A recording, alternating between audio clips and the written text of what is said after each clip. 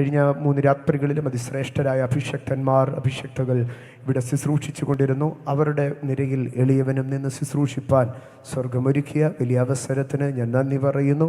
ഈ അനുഗ്രഹീത കൂട്ടായ്മയിൽ പങ്കും ഭാഗവുമായി നിൽക്കുന്നതിൽ ദൈവത്തോടുള്ള നന്ദിയും സ്നേഹവും ഇതെൻ്റെ ഒരു ശ്ലാഘ്യ അനുഭവമാണെന്ന് ഏറ്റുപറഞ്ഞുകൊണ്ട് ദൈവസന്നിധിയിൽ ഞാൻ എന്നെ തന്നെ താഴ്ത്തുന്നു. കാലം അതിൻ്റെ അന്ത്യത്തിലേക്കും ലോകം അതിൻ്റെ വിനാശത്തിലേക്കും പാഞ്ഞെടുക്കുന്ന ഒരു യുഗസായാഹ്നത്തിലാണ് നാം കടന്നു വന്നിരിക്കുന്നത്. താളം തെറ്റിയ പ്രകൃതി മനുഷ്യനെ പരിഹസിക്കുകയാണോ എന്ന് തോന്നുമാറ് അനുദിനം പ്രകൃതിയുടെ പ്രകമ്പനങ്ങളാണ് നമ്മുടെ കാതുകളിൽ കേട്ടുകൊണ്ടിരിക്കുന്നത്. നിലതട്ടിയ ഒരു ലഹരി പിടിച്ച ഒരു മദ്യപാനിയുടെ കാലുകൾ ഇടറുന്നത് പോലെ പ്രകൃതിയുടെ താളം എവിടെയോ തെറ്റുന്നത് കാണുവാൻ കഴിയും. മാത്രമല്ല, വനത്തിനകത്തൊതുങ്ങിയിരുന്ന വന്യമൃഗങ്ങൾ കാട് വിട്ട് നാട്ടിലേക്ക് ഇറങ്ങി മനുഷ്യൻ കെട്ടിപ്പൊക്കിയ മതിലുകളെയും മറികടന്ന് വീടിൻ്റെ മുറ്റത്തിട്ട് മനുഷ്യനെ ചവിട്ടിക്കൂട്ടുന്നത് കാണുമ്പോൾ ലോകം ഇന്ന് പരിഭ്രാന്തിയോടുകൂടെ നിൽക്കുകയാണ്. ഒരു കാലത്ത് മലമ്പ്രദേശങ്ങളിൽ മാത്രം കണ്ടുവന്നിരുന്ന കാട്ടുപന്നി, കാട്ടാന, മുള്ളംപന്നി ഇവയൊക്കെ ഇന്ന് കാടേത് നാടേതെന്നറിയാതെ വണ്ണം മനുഷ്യൻ്റെ സഹജീവികളായി വന്ന് കൃഷിനാശവും വംശനാശവും കൃഷിനാശവും മനുഷ്യനാശവും കൂടെ വരുത്തിക്കൊണ്ടിരിക്കുകയാണ്. ഒരു കാലത്ത് പന്നി വന്ന് വാഴ കുത്തുന്നു, കപ്പ പറിക്കുന്നു എന്നൊക്കെ പറഞ്ഞ കാലത്ത് ഇന്ന് കാട്ടാന വന്ന് മനുഷ്യനെ കൊല്ലുന്നുവെന്ന് പറയുന്ന ഭീകരമായ ഒരു കാലഘട്ടത്തിലേക്ക് ഇന്ന് സമൂഹം കടന്നു വന്നിരിക്കുകയാണ്. തിരുവെഴുത്തറിയുന്ന ദൈവജനത്തിനറിയാം, ഇസ്രായേലിനെ ദൈവം വാഗ്ദത്ത ദേശത്തിലേക്ക് കൊണ്ടെത്തിക്കുമ്പോൾ പറഞ്ഞു, നീ ദൈവത്തെ വിട്ട് അകലുമ്പോൾ കാട്ടുമൃഗങ്ങൾ കാട്ടിൽ നിന്നിറങ്ങി നാട്ടിലേക്ക് കയറി നിന്നെ തകർത്ത് കളയുമെന്ന് പറഞ്ഞ ചരിത്രങ്ങളെ നമുക്കറിയാം. സ്തോത്രം. ലോകത്തിൻ്റെ ഏത് ദിക്കിലേക്ക് നോക്കിയാലും സമാധാനം നഷ്ടപ്പെട്ടുകൊണ്ടിരിക്കുന്ന കാലഘട്ടമാണ്. ചില വർഷങ്ങൾക്ക് മുൻപ് വരെ നെതർലാൻഡ്സിനെ നാം പറഞ്ഞിരുന്നത് ജയിലുകളില്ലാത്ത നാടെന്നാണ്. എന്നാൽ ഇന്ന് നെതർലൻഡ്സിലും ജയിലുകൾ പണിതു വരികയും കുറ്റകൃത്യത്തിൻ്റെ ഗ്രാഫ് കുത്തനെ ഉയരുകയും ചെയ്യുന്നത് കാണുകയാണ്. ലോകത്തിൻ്റെ എല്ലാ വൻകരകളിലും യുദ്ധങ്ങൾ പൊട്ടിപ്പുറപ്പെടുകയാണ്. ലോകം മുഴുവനും ഇന്ന് പശ്ചിമേഷ്യയിലേക്ക് കണ്ണെത്തി നോക്കുമ്പോൾ അവിടുത്തെ വാർത്തകൾ ഇന്ന് മാധ്യമങ്ങൾക്കൊരു വാർത്തയല്ലാതായെങ്കിലും അവിടെ എവിടെ നോക്കിയാലും ചീഞ്ഞഴുകുന്ന ശവങ്ങളും യുദ്ധത്തിൻ്റെ വെടിയൊച്ചകളും മനുഷ്യ മാംസത്തിന് കൊതിക്കുന്ന തോക്കിൻ്റെ പുകകളുമാകുന്നു ഗസയിൽ കാണുവാൻ കഴിയുന്നത്. ഗസയിൽ ഉയരുന്ന വെടികളൊക്കെയും ഒരു 2 രാഷ്ട്രങ്ങൾ മാത്രമല്ല, ലോക രാഷ്ട്രങ്ങളെ മുഴുവൻ 2 ചേരികളിലേക്ക് നിർത്തിക്കൊണ്ട് ഇസ്രായേൽ ആരംഭിച്ച ഗസയിലെ ആക്രമണം ഇന്ന് ഹൂതികൾക്കും ഈജിപ്ഷ്യനും ഇറാഖിനുമെതിരെ അമേരിക്കയും ബ്രിട്ടനും സംയുക്തമായി ചേർന്നുള്ള സൈനിക അഭ്യാസങ്ങളായി മുൻപോട്ട് പോകുമ്പോൾ ലോകം ഒരു വലിയ യുദ്ധത്തിൻ്റെ, ലോകമഹായുദ്ധത്തിൻ്റെ മാറ്റൊലികളിലേക്ക് കാതുകൊണ്ടുപോവുകയാണ്. എന്നാൽ യുദ്ധങ്ങളും യുദ്ധശ്രുതികളും കേൾക്കുമ്പോൾ ദൈവവചനത്തിൻ്റെ മർമ്മമറിയുന്ന ദൈവ പൈതൽ ഇതെന്തിൻ്റെ മാറ്റൊലിയാണെന്ന് തിരിച്ചറിയുന്നതിനെ നമുക്ക് കാണുവാൻ കഴിയും. ഒരു ഭാഗത്ത് ധാർമ്മിക മൂല്യച്യുതികൾ സംഭവിക്കുന്നു. മനുഷ്യ യൗവന തലമുറ മദ്യത്തിനും മയക്കുമരുന്നിനും ലഹരിക്കും അടിമപ്പെടുന്ന വാർത്തകളാണ് കഴിഞ്ഞ നാളുകൾ വരെ നാം കേട്ടുകൊണ്ടിരുന്നതെങ്കിൽ പെറ്റമ്മയെ ലഹരിക്കേസിൽ കുടുക്കിക്കൊണ്ട് സ്വജീവിതത്തിൻ്റെ സുഖത്തിന് വേണ്ടി പായുന്ന യൗവന തലമുറയുടെ മുന്നേറ്റങ്ങളെ കാണുമ്പോൾ ധാർമ്മികത അതിൻ്റെ പടുകുഴിയിൽ വീണ് തകരുന്ന കാഴ്ച മനുഷ്യൻ കണ്ടുകൊണ്ടിരിക്കുകയാണ്.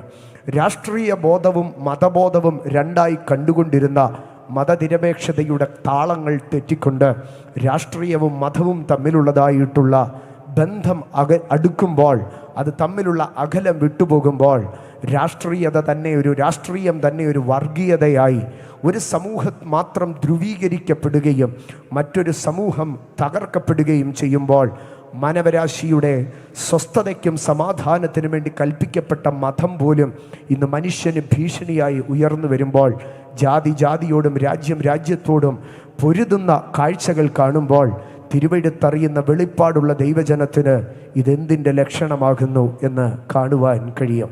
കഴിഞ്ഞ 1 വർഷത്തിലേറെയായി ഭാരതത്തിൻ്റെ ഓരോ സംസ്ഥാനങ്ങളിലായി പൊട്ടിപ്പുറപ്പെടുന്ന വംശീയ ലഹളകളും ജാതീയ കലഹങ്ങളും മതപ്പോരുകളും അതനുദിനം വർദ്ധിച്ചു കൊണ്ടിരിക്കുകയാണ്. ചില നാളുകൾക്ക് മുമ്പ് വരെ മണിപ്പൂർ എന്ന സംസ്ഥാനത്ത് മാത്രം കേട്ടുകൊണ്ടിരുന്ന വംശീയ ലഹളകൾ ഇന്ന് ഉത്തരാഖണ്ഡിലേക്ക് മാറിയിരിക്കുകയാണ്. എന്നാൽ ഉത്തർപ്രദേശിൻ്റെ മുഖ്യമന്ത്രി കഴിഞ്ഞ ദിവസം പ്രഖ്യാപിച്ചത് ഇത് ഉത്തരാഖണ്ഡിലും ഇത് എവിടെയെങ്കിലും മണിപ്പൂരിലും ഒതുങ്ങുന്നതല്ല, ഇത് രാജ്യത്തിൻ്റെ 3 സ്ഥലങ്ങളിൽ കൂടെ വ്യാപിപ്പിച്ചുകൊണ്ട് ക്ഷേത്രങ്ങൾ തകർക്കപ്പെടുകയോ പള്ളികൾ തകർക്കപ്പെടുകയോ മനുഷ്യർ മതങ്ങൾക്ക് വേണ്ടി കൊടി പിടിച്ചുകൊണ്ട് വാളേന്തിക്കൊണ്ട് തമ്മിൽ യുദ്ധങ്ങൾ നടക്കുന്നതിന് വേണ്ടി രാഷ്ട്രങ്ങൾ കാതോർക്കട്ടെ എന്ന് പറഞ്ഞുകൊണ്ട് വീണ്ടും ഒരു വർഗീയതയുടെ ലഹളയ്ക്ക് വേണ്ടി രാഷ്ട്രം ഒരുങ്ങുകയാണ്. ഒരു ഭാഗത്ത് ഇങ്ങനെ ധാർമ്മികതയും മനുഷ്യത്വവും ഒക്കെ ഏറ്റവും തകർന്ന് തരിപ്പണമായി ദീർഘശ്വാസം പിടിച്ചുകൊണ്ട് ഊർദ്ധശ്വാസം എടുത്തുകൊണ്ട് പടുകുഴിയിലേക്ക് നിരങ്ങി നീഴുമ്പോൾ മനുഷ്യൻ അവൻ്റെ ആധുനികതയിലും നാഗരികതയിലും മത്തുപിടിച്ചുകൊണ്ട് പുതുതെന്ത് കണ്ടുപിടിക്കാമെന്ന് പരിശ്രമിക്കുകയാണ്.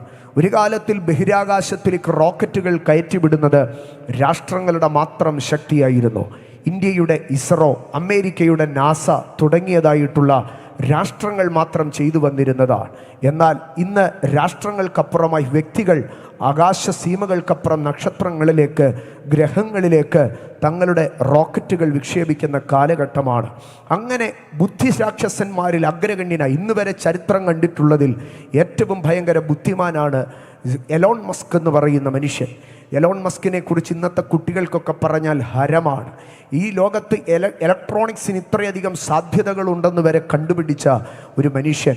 ഡീസലും പെട്രോളും ഇല്ലാതെ ഇലക്ട്രിക് കാറുകൾ ശരവേഗത്തിൽ വെളിച്ചത്തെ തോൽപ്പിക്കുന്ന വേഗതയിൽ സഞ്ചരിക്കുന്ന കാലമുണ്ടാകുമെന്ന് മാനവരാശിയെ പഠിപ്പിച്ച് പരിചയപ്പെടുത്തി തന്ന എലോൺ മസ്ക് അന്ന് വരെ ആകാശത്തിലേക്ക് പറന്നുയരുന്ന റോക്കറ്റുകളൊക്കെ ആകാശസീമകൾക്കപ്പുറം കത്തിയമർന്ന് ചാരം വിതറുന്നത് കണ്ട തലമുറകൾക്കപ്പുറം പറന്നു പൊങ്ങുന്ന റോക്കറ്റ് തിരികെ വന്ന് കടലിൽ നീട്ടിയിടുന്ന പാഡിനകത്ത് തിരികെ വന്ന് ലാൻഡ് ചെയ്യുമെന്ന് ലോകത്തെ പഠിപ്പിച്ച എലോൺ മസ്ക് പല ആശയങ്ങളും ഭ്രാന്തൻ ആശയങ്ങൾ പോലെ തോന്നിയെങ്കിൽ കോടിക്കണക്കിന് രൂപ കൊടുത്ത് ട്വിറ്റർ എന്നൊരു സോഷ്യൽ മീഡിയ പ്ലാറ്റ്ഫോമിനെ വിലക്കെടുത്ത് തരിപ്പണമാക്കി തല്ലിത്തകർത്തുകൊണ്ട് ഒരു രാഷ്ട്രത്തിൻ്റെ ഗതിയെ തന്നെ തിരിച്ചുവിട്ട എലോൺ മസ്ക്.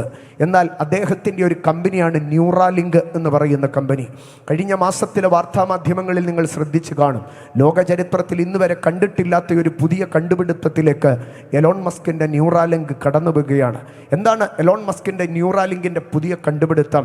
മനുഷ്യ മസ്തിഷ്കത്തിനകത്തേക്ക് ചിപ്പുകൾ ഘടിപ്പിച്ചുകൊണ്ട് മനുഷ്യൻ ഇന്ന് പിടിച്ചുകൊണ്ട് നടക്കുന്ന മൊബൈലോ ഗാഡ്ജറ്റോ ലാപ്ടോപ്പുകളോ ഇല്ലാതെ അവന് ടൈപ്പ് ചെയ്യുവാൻ ആവശ്യമില്ലാതെ അവൻ്റെ മനസ്സിൽ നിരൂപിക്കുന്നത് ആ ഡേറ്റയായി അവിടെ ക്രിയേറ്റ് ചെയ്യപ്പെടുകയും അവന് ആഗ്രഹമുള്ള സെർച്ച് എഞ്ചിനുകളിൽ ചെന്നവൻ ടൈപ്പ് ചെയ്ത് കണ്ടെത്താതെ അവൻ്റെ മനസ്സിൽ നിരൂപിക്കുന്നത് ഒരു സ്ക്രീനില്ലാതെ അവന് കാണുവാൻ കഴിയുന്ന അളവിൽ വെർച്വൽ റിയാലിറ്റിയുടെ അനന്തതയിലേക്കോ ആർട്ടിഫിഷ്യൽ ഇൻ്റലിജൻസിൻ്റെ അഗാധതയിലേക്കും എലോൺ മസ്ക് ഇറങ്ങി നിൽക്കുമ്പോൾ നീണ്ട വർഷങ്ങളായി കിടക്കയോട് പറ്റിക്കിടന്ന ഒരു മനുഷ്യൻ്റെ മസ്തിഷ്കത്തിൽ ചലനം പിടിപ്പിച്ച് മനുഷ്യനെ അമാനുഷികനാക്കി മാറ്റിക്കൊണ്ടിരിക്കുമ്പോൾ ലോകം തിരിച്ചറിയാത്തതെന്തോ ലോകത്തിൻ്റെ പിമ്പിൽ സംഭവിക്കുമ്പോൾ ദൈവത്തിൻ്റെ വചനമറിയുന്ന തിരുവെഴുത്തറിയുന്ന ഭക്തനറിയാം അവൻ്റെ വീണ്ടെടുപ്പ് അടുത്തുമെന്നും അവൻ്റെ ആത്മനാഥൻ്റെ കാഹളധ്വനി ആകാശമണ്ഡലത്തിൽ മുഴങ്ങുവാൻ കാലമായെന്നും മേഘങ്ങളിൽ സഭയുടെ കാന്തൻ പ്രത്യക്ഷനാകാറായി എന്നുമുള്ളതാണ്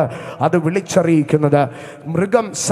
മൃഗം സംസാരിക്കുന്നതിനപ്പുറം പ്രതിമ സംസാരിക്കുന്ന കാലമുണ്ടെന്ന് 2000 വർഷങ്ങൾക്ക് മുമ്പ് ഈജിയൻ കടലിടുക്കിൻ്റെ ഉപദ്വീപുകളിൽ ഒന്നായ പത്മോസിൻ്റെ ഏകാന്തതയിൽ ഇരുന്ന് യോഹന്നാൻ അപ്പോസ്തലൻ വെളിപ്പാട് പ്രാപിക്കുമ്പോൾ അതെന്തായിരിക്കുമെന്ന് അറിയാതിരുന്ന കാലഘട്ടങ്ങൾക്കപ്പുറം ഇന്ന് റോബോട്ടിക്സിൻ്റെ ഉന്നത സ്ഥാനങ്ങളിലേക്ക് ഉന്നത ബുദ്ധിയിലേക്ക് കടന്നു വരുമ്പോൾ പ്രതിമ സംസാരിക്കുന്നത് കൊച്ചു കുഞ്ഞുങ്ങൾക്ക് പോലും ലളിതവും പരിചിതവുമായിരിക്കുന്ന അവസ്ഥയിലേക്ക് കടന്നു വരുമ്പോൾ കാലം അതിവിദൂരമല്ല. അധർമ്മത്തിൻ്റെ മർമ്മമേ ഇപ്പോൾ വ്യാപരിക്കുന്നുള്ളൂ. എന്നാൽ തടുക്കുന്ന പരിശുദ്ധാത്മാവ് വഴിയിൽ നിന്ന് അതിവേഗത്തിൽ മാറിപ്പോവുകയോ അധർമ്മമൂർത്തിയായവൻ പ്രത്യക്ഷപ്പെട്ടുകൊണ്ട് അവൻ ലോകത്തിൻ്റെ ഭരണം ഏറ്റെടുത്ത് യഹൂദനും ക്രൈസ്തവനുമെതിരായ പീഡകളുടെ ഗർത്തത്തിലേക്ക് ലോകത്തിനെതിരായ നരാധിപത്യത്തിലേക്ക് അവൻ കടന്നു വരുമെന്നുള്ളതിന് മുമ്പായി ദൈവസഭയ്ക്കൊരു പ്രത്യാശയുണ്ട്. നിന്റെ കുറുപ്രാവിനെ നീ ദുഷ്ടമൃഗത്തിന് ഏൽപ്പിക്കത്തില്ല. അധർമ്മമൂർത്തി പ്രത്യക്ഷനാകുക. എന്നാൽ അവൻ പ്രത്യക്ഷനാകുന്നതിന് മുമ്പേ ദൈവത്തിൻ്റെ കുറുപ്രാവായിരിക്കുന്ന തിരുസഭ കാഹളം ധ്വനിച്ച് മരിച്ചവർ അക്ഷയരായി ഉയർത്ത് രൂപാന്തരപ്പെടുമ്പോൾ തേജസ്സിൻ്റെ സിംഹാസനത്തിലേക്ക് തേജസ്സിൻ്റെ കൃപകളാൽ മഹത്വത്തിന്മേൽ മഹത്വം പ്രാപിച്ചവൻ പറന്നുയരുമെന്നുള്ള പ്രത്യാശയിലാണ്. ഇന്ന് രാത്രി ആ പ്രത്യാശയെ തൊട്ടുണർത്തി ആമേൻ കർത്താവായ യേശുവേ വേഗം വരണമേ എന്നുള്ള പ്രാർത്ഥനയോടെ നമുക്ക് കർത്തൃ സന്നിധാനത്തിങ്കിലായിരിക്കാം. നിങ്ങൾ കാലങ്ങളെയും സമയങ്ങളെയും തിരിച്ചറിയണം. നാം ഇന്നായിരിക്കുന്നത് കൃപായുഗത്തിൻ്റെ അന്ത്യനാഴികയിലായിരിക്കുന്നുവെന്ന് ഞാൻ ഉറപ്പായി വിശ്വസിക്കുന്നു. നാം ജീവിക്കുന്ന ഈ കാലഘട്ടത്തിൽ തന്നെ ഈ ആകാശമണ്ഡലത്തിൽ യേശു പ്രത്യക്ഷനാകുമെന്ന് ഞാൻ ഉറപ്പായി വിശ്വസിക്കുന്നു. നാം ജീവിക്കുന്ന ഈ കാലഘട്ടത്തിൽ തന്നെ മരിച്ചവരുടെ ഉയർപ്പ് സംഭവിക്കുമെന്ന് ഞാൻ ഉറപ്പായി വിശ്വസിക്കുന്നു. കാരണം വിശുദ്ധ പൗലോസ് ലേഖനം എഴുതുമ്പോൾ ഇങ്ങനെ വിളിച്ചു ചോദിച്ചോ, സ്തോത്ര, അവരുടെ ഭ്രംശം ജാതികളുടെ നിരപ്പിന് ഹേതുവായി എങ്കിൽ അവരുടെ അംഗീകരണം മരിച്ചവരുടെ ഉയർപ്പ് എന്നല്ലാതെ എന്താകുന്നുവെന്ന്.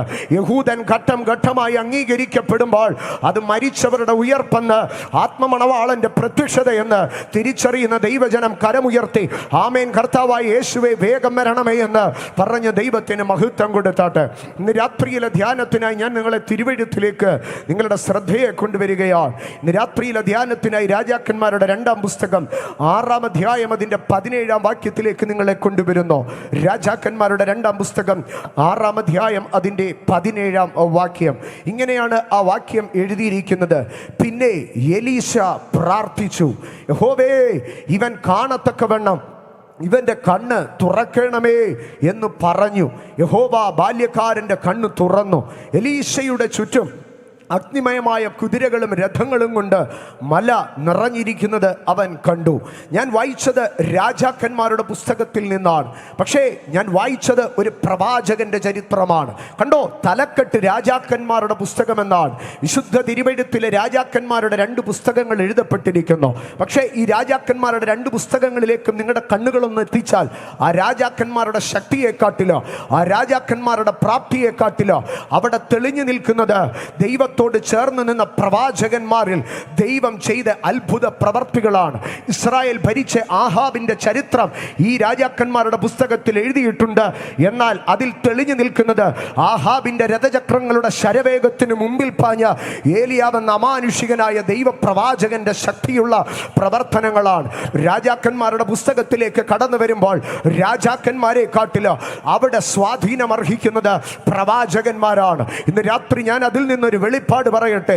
ലോകം ഭരിക്കുന്നത് ആരുമായിക്കൊള്ളട്ടെ, രാഷ്ട്രത്തിന്റെ അധികാര സിംഹാസനങ്ങളിൽ ഇരിക്കുന്നത് ആരുമായിരിക്കട്ടെ, രാഷ്ട്രീയത്തിന്റെ സ്വാധീനത്തിന്റെ ചുക്കാൻ ആരുടെ കയ്യിലുമായിരിക്കട്ടെ, പക്ഷേ അതിന്റെ സ്വാധീനതയുടെ പിൻമണ്ഡലത്തിൽ നിന്നുകൊണ്ട് പ്രാർത്ഥിക്കുന്ന ദൈവവൈതലാണ് ലോകത്തിന്റെ അനുഗ്രഹത്തിന്റെ, ലോകത്തിന്റെ നന്മയുടെ സ്വാധീനമെന്ന് ഇന്ന് രാത്രി എത്ര ദൈവമക്കൾക്ക് പറയുവാൻ കഴിയും. അമേരിക്കൻ ഐക്യനാടിലെ ഒരു ചെറിയ ഗ്രാമമായിരുന്നു സൗത്ത് കരോലിനയിലെ ഷാർലറ്റ്.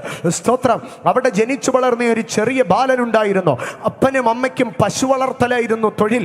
ധാരാളം പാല് കൊണ്ടുവന്ന് സമീപ വീടുകളിൽ കൊടുക്കുന്ന ഒരു ഫാം ഹൗസിൽ വളർന്ന ഒരു ബാലൻ.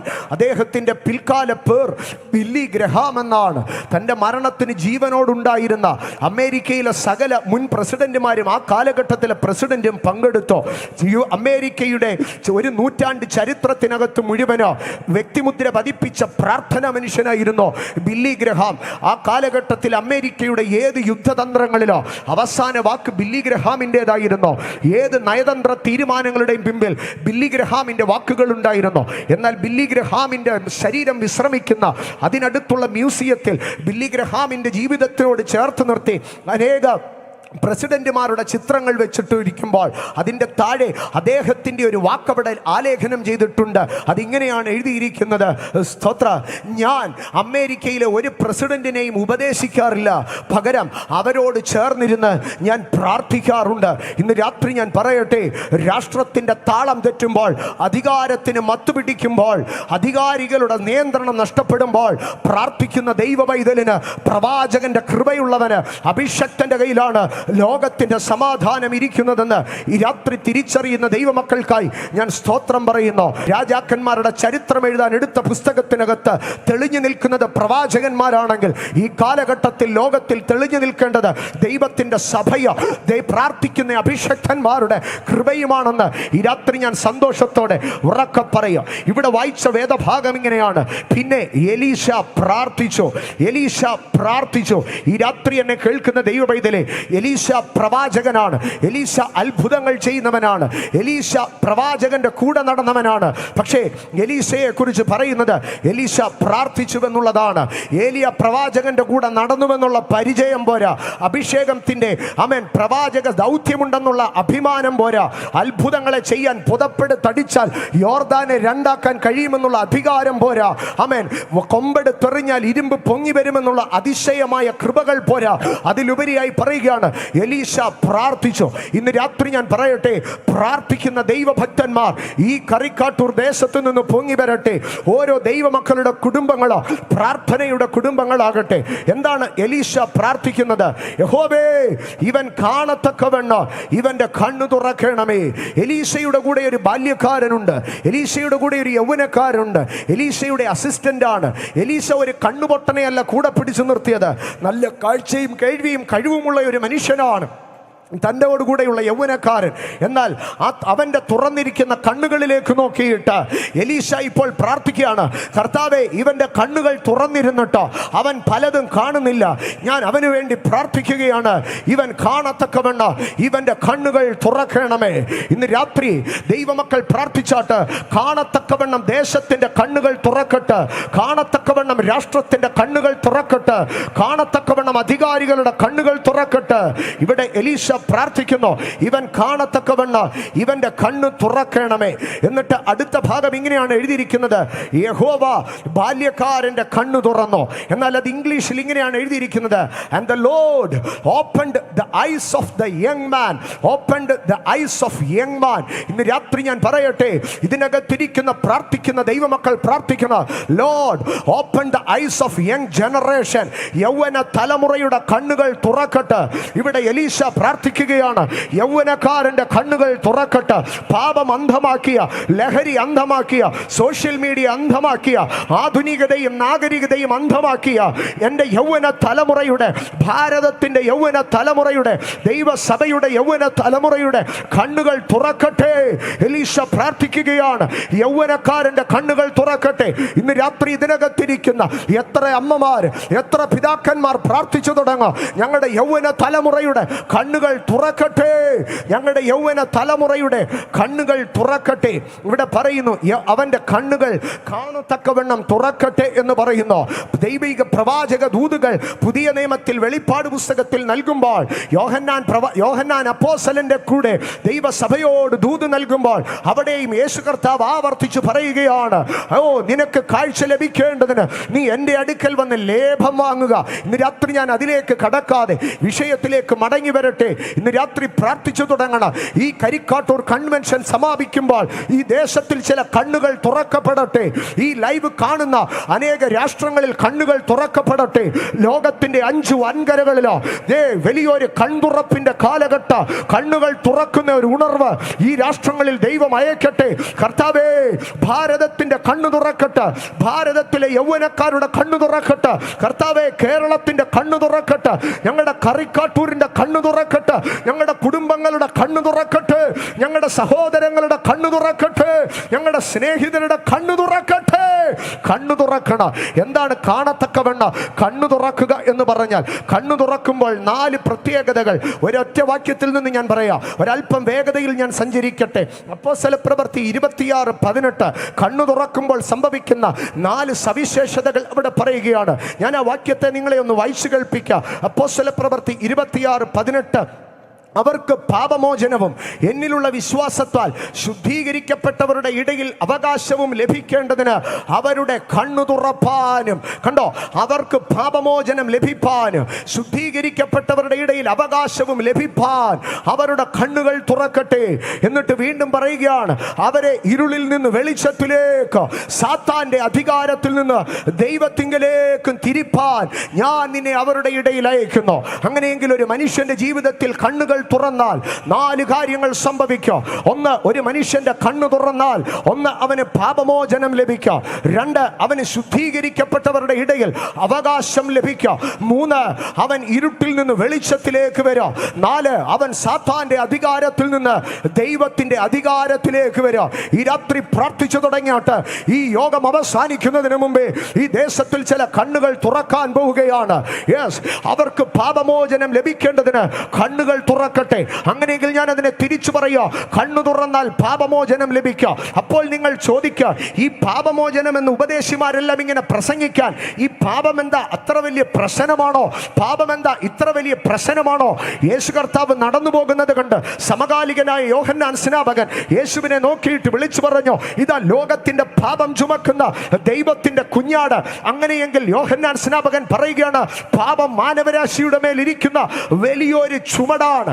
അതിനെ അർത്ഥത്തെ സ്വാധീകരിച്ചുകൊണ്ട് പിൽക്കാലത്ത് വിശുദ്ധ പത്രോസ് ശ്ലീഹ തന്റെ ലേഖനത്തിൽ ഇങ്ങനെ എഴുതി, ഗോൽഗോത്തയുടെ ഗിരിമുകളിലേക്ക് മരക്കുരിശും ചുമന്നുകൊണ്ട് വീണും എഴുന്നേറ്റ് രക്തം വാർന്ന് ഗുരുനാഥൻ ആ ഗിരിമുകളിലേക്ക് കടന്നു പോകുമ്പോൾ, റോമാ പടയാളികൾ ചാട്ടവാറിന് അടിച്ചു മെഴുകുമ്പോൾ, നിലത്ത് വീണ് ഉരുളുന്ന ക്രിസ്തു പിന്നെയോ മരക്കുരിശെടുത്ത് തന്റെ തോളത്ത് വെച്ച് ഗോൽഗോത്തയുടെ ഗിരിമുകൾ നടന്നു കയറുന്നത് കണ്ട ഓർമ്മയ്ക്ക് തന്നോട് ചേർന്ന് നടന്ന പത്രോസ് പിൽക്കാലത്ത് തന്റെ ലേഖനത്തിൽ എഴുതി വെച്ചു, അവൻ നമ്മുടെ പാപങ്ങളെ ചുമന്നുകൊണ്ട് ക്രൂശിന്മേൽ കയറി. ആകയാൽ പാപം എന്താണെന്ന് പത്രോസിന്റെ അടുക്കൽ ചോദിച്ചാൽ പത്രോസ് പറയോ, ഗബത്തയുടെ കൽത്തളത്തിൽ നിന്ന് ഗോൽഗോത്തയിലേക്ക് പരിഹാസ്യനായി വസ്ത്രങ്ങൾ നശിക്കപ്പെട്ട് ആ അപാത ചൂടം രക്തത്താൽ അലങ്കരിക്കപ്പെട്ട് പടയാളികളാൽ ആക്രമിക്കപ്പെട്ട് പട്ടണത്താൽ പരിഹസിക്കപ്പെട്ട് സ്നേഹിതരാൽ വെറുക്കപ്പെട്ട് അനുയായിയാൽ ഒറ്റപ്പെട്ട് തകർക്കപ്പെട്ട ശരീരവുമായി ഗോൽഗോത്തയുടെ ഗിരിമുകളിലേക്ക് കടന്നുപോയ ഗുരുനാഥന്റെ ശിരസിന്മേൽ അവന്റെ ശരീരത്തിന്മേൽ വെച്ചുകൊടുത്ത ആ കുരിശിന്റെ വേദനയാണ് പാപം. പാപം വേദനയാണ്, പാപം ചുമടാണ് സഹോദരങ്ങളെ. ആകയാൽ ഒരുത്തന്റെ പാപത്തിന്റെ മോചന അവന്റെ കണ്ണുകൾ തുറക്കുമ്പോഴാണ്. അപ്പോൾ ചോദിക്കും, എന്താണ് പാപത്തിന്റെ വേദന? ആമേൻ. പാപത്തെക്കുറിച്ച് ഞാൻ ഒന്നാമത് പറയാം. പാപം എന്നാൽ ഒരു മനുഷ്യനെ സംബന്ധിച്ചിടത്തോളം ബന്ധനമാണ്. സുവിശേഷം അറിയിക്കുന്നതിന്റെ ഉദ്ദേശം തന്നെ മനുഷ്യൻ സ്വതന്ത്രനാകുവാൻ വേണ്ടിയാണ്. സുവിശേഷം സ്വാതന്ത്ര്യമാണ്. അതുകൊണ്ടാണ് ലൂക്കോസിന്റെ സുവിശേഷം 4-ാം അധ്യായം 18-ാം വാക്യത്തിൽ പറഞ്ഞു, ദരിദ്രന്മാരോട് സുവിശേഷം അറിയിപ്പാൻ കർത്താവിനെ അഭിഷേകം ചെയ്തിരിക്കയാൽ അവന്റെ ആത്മാവ് എന്റെ മേലുണ്ട്.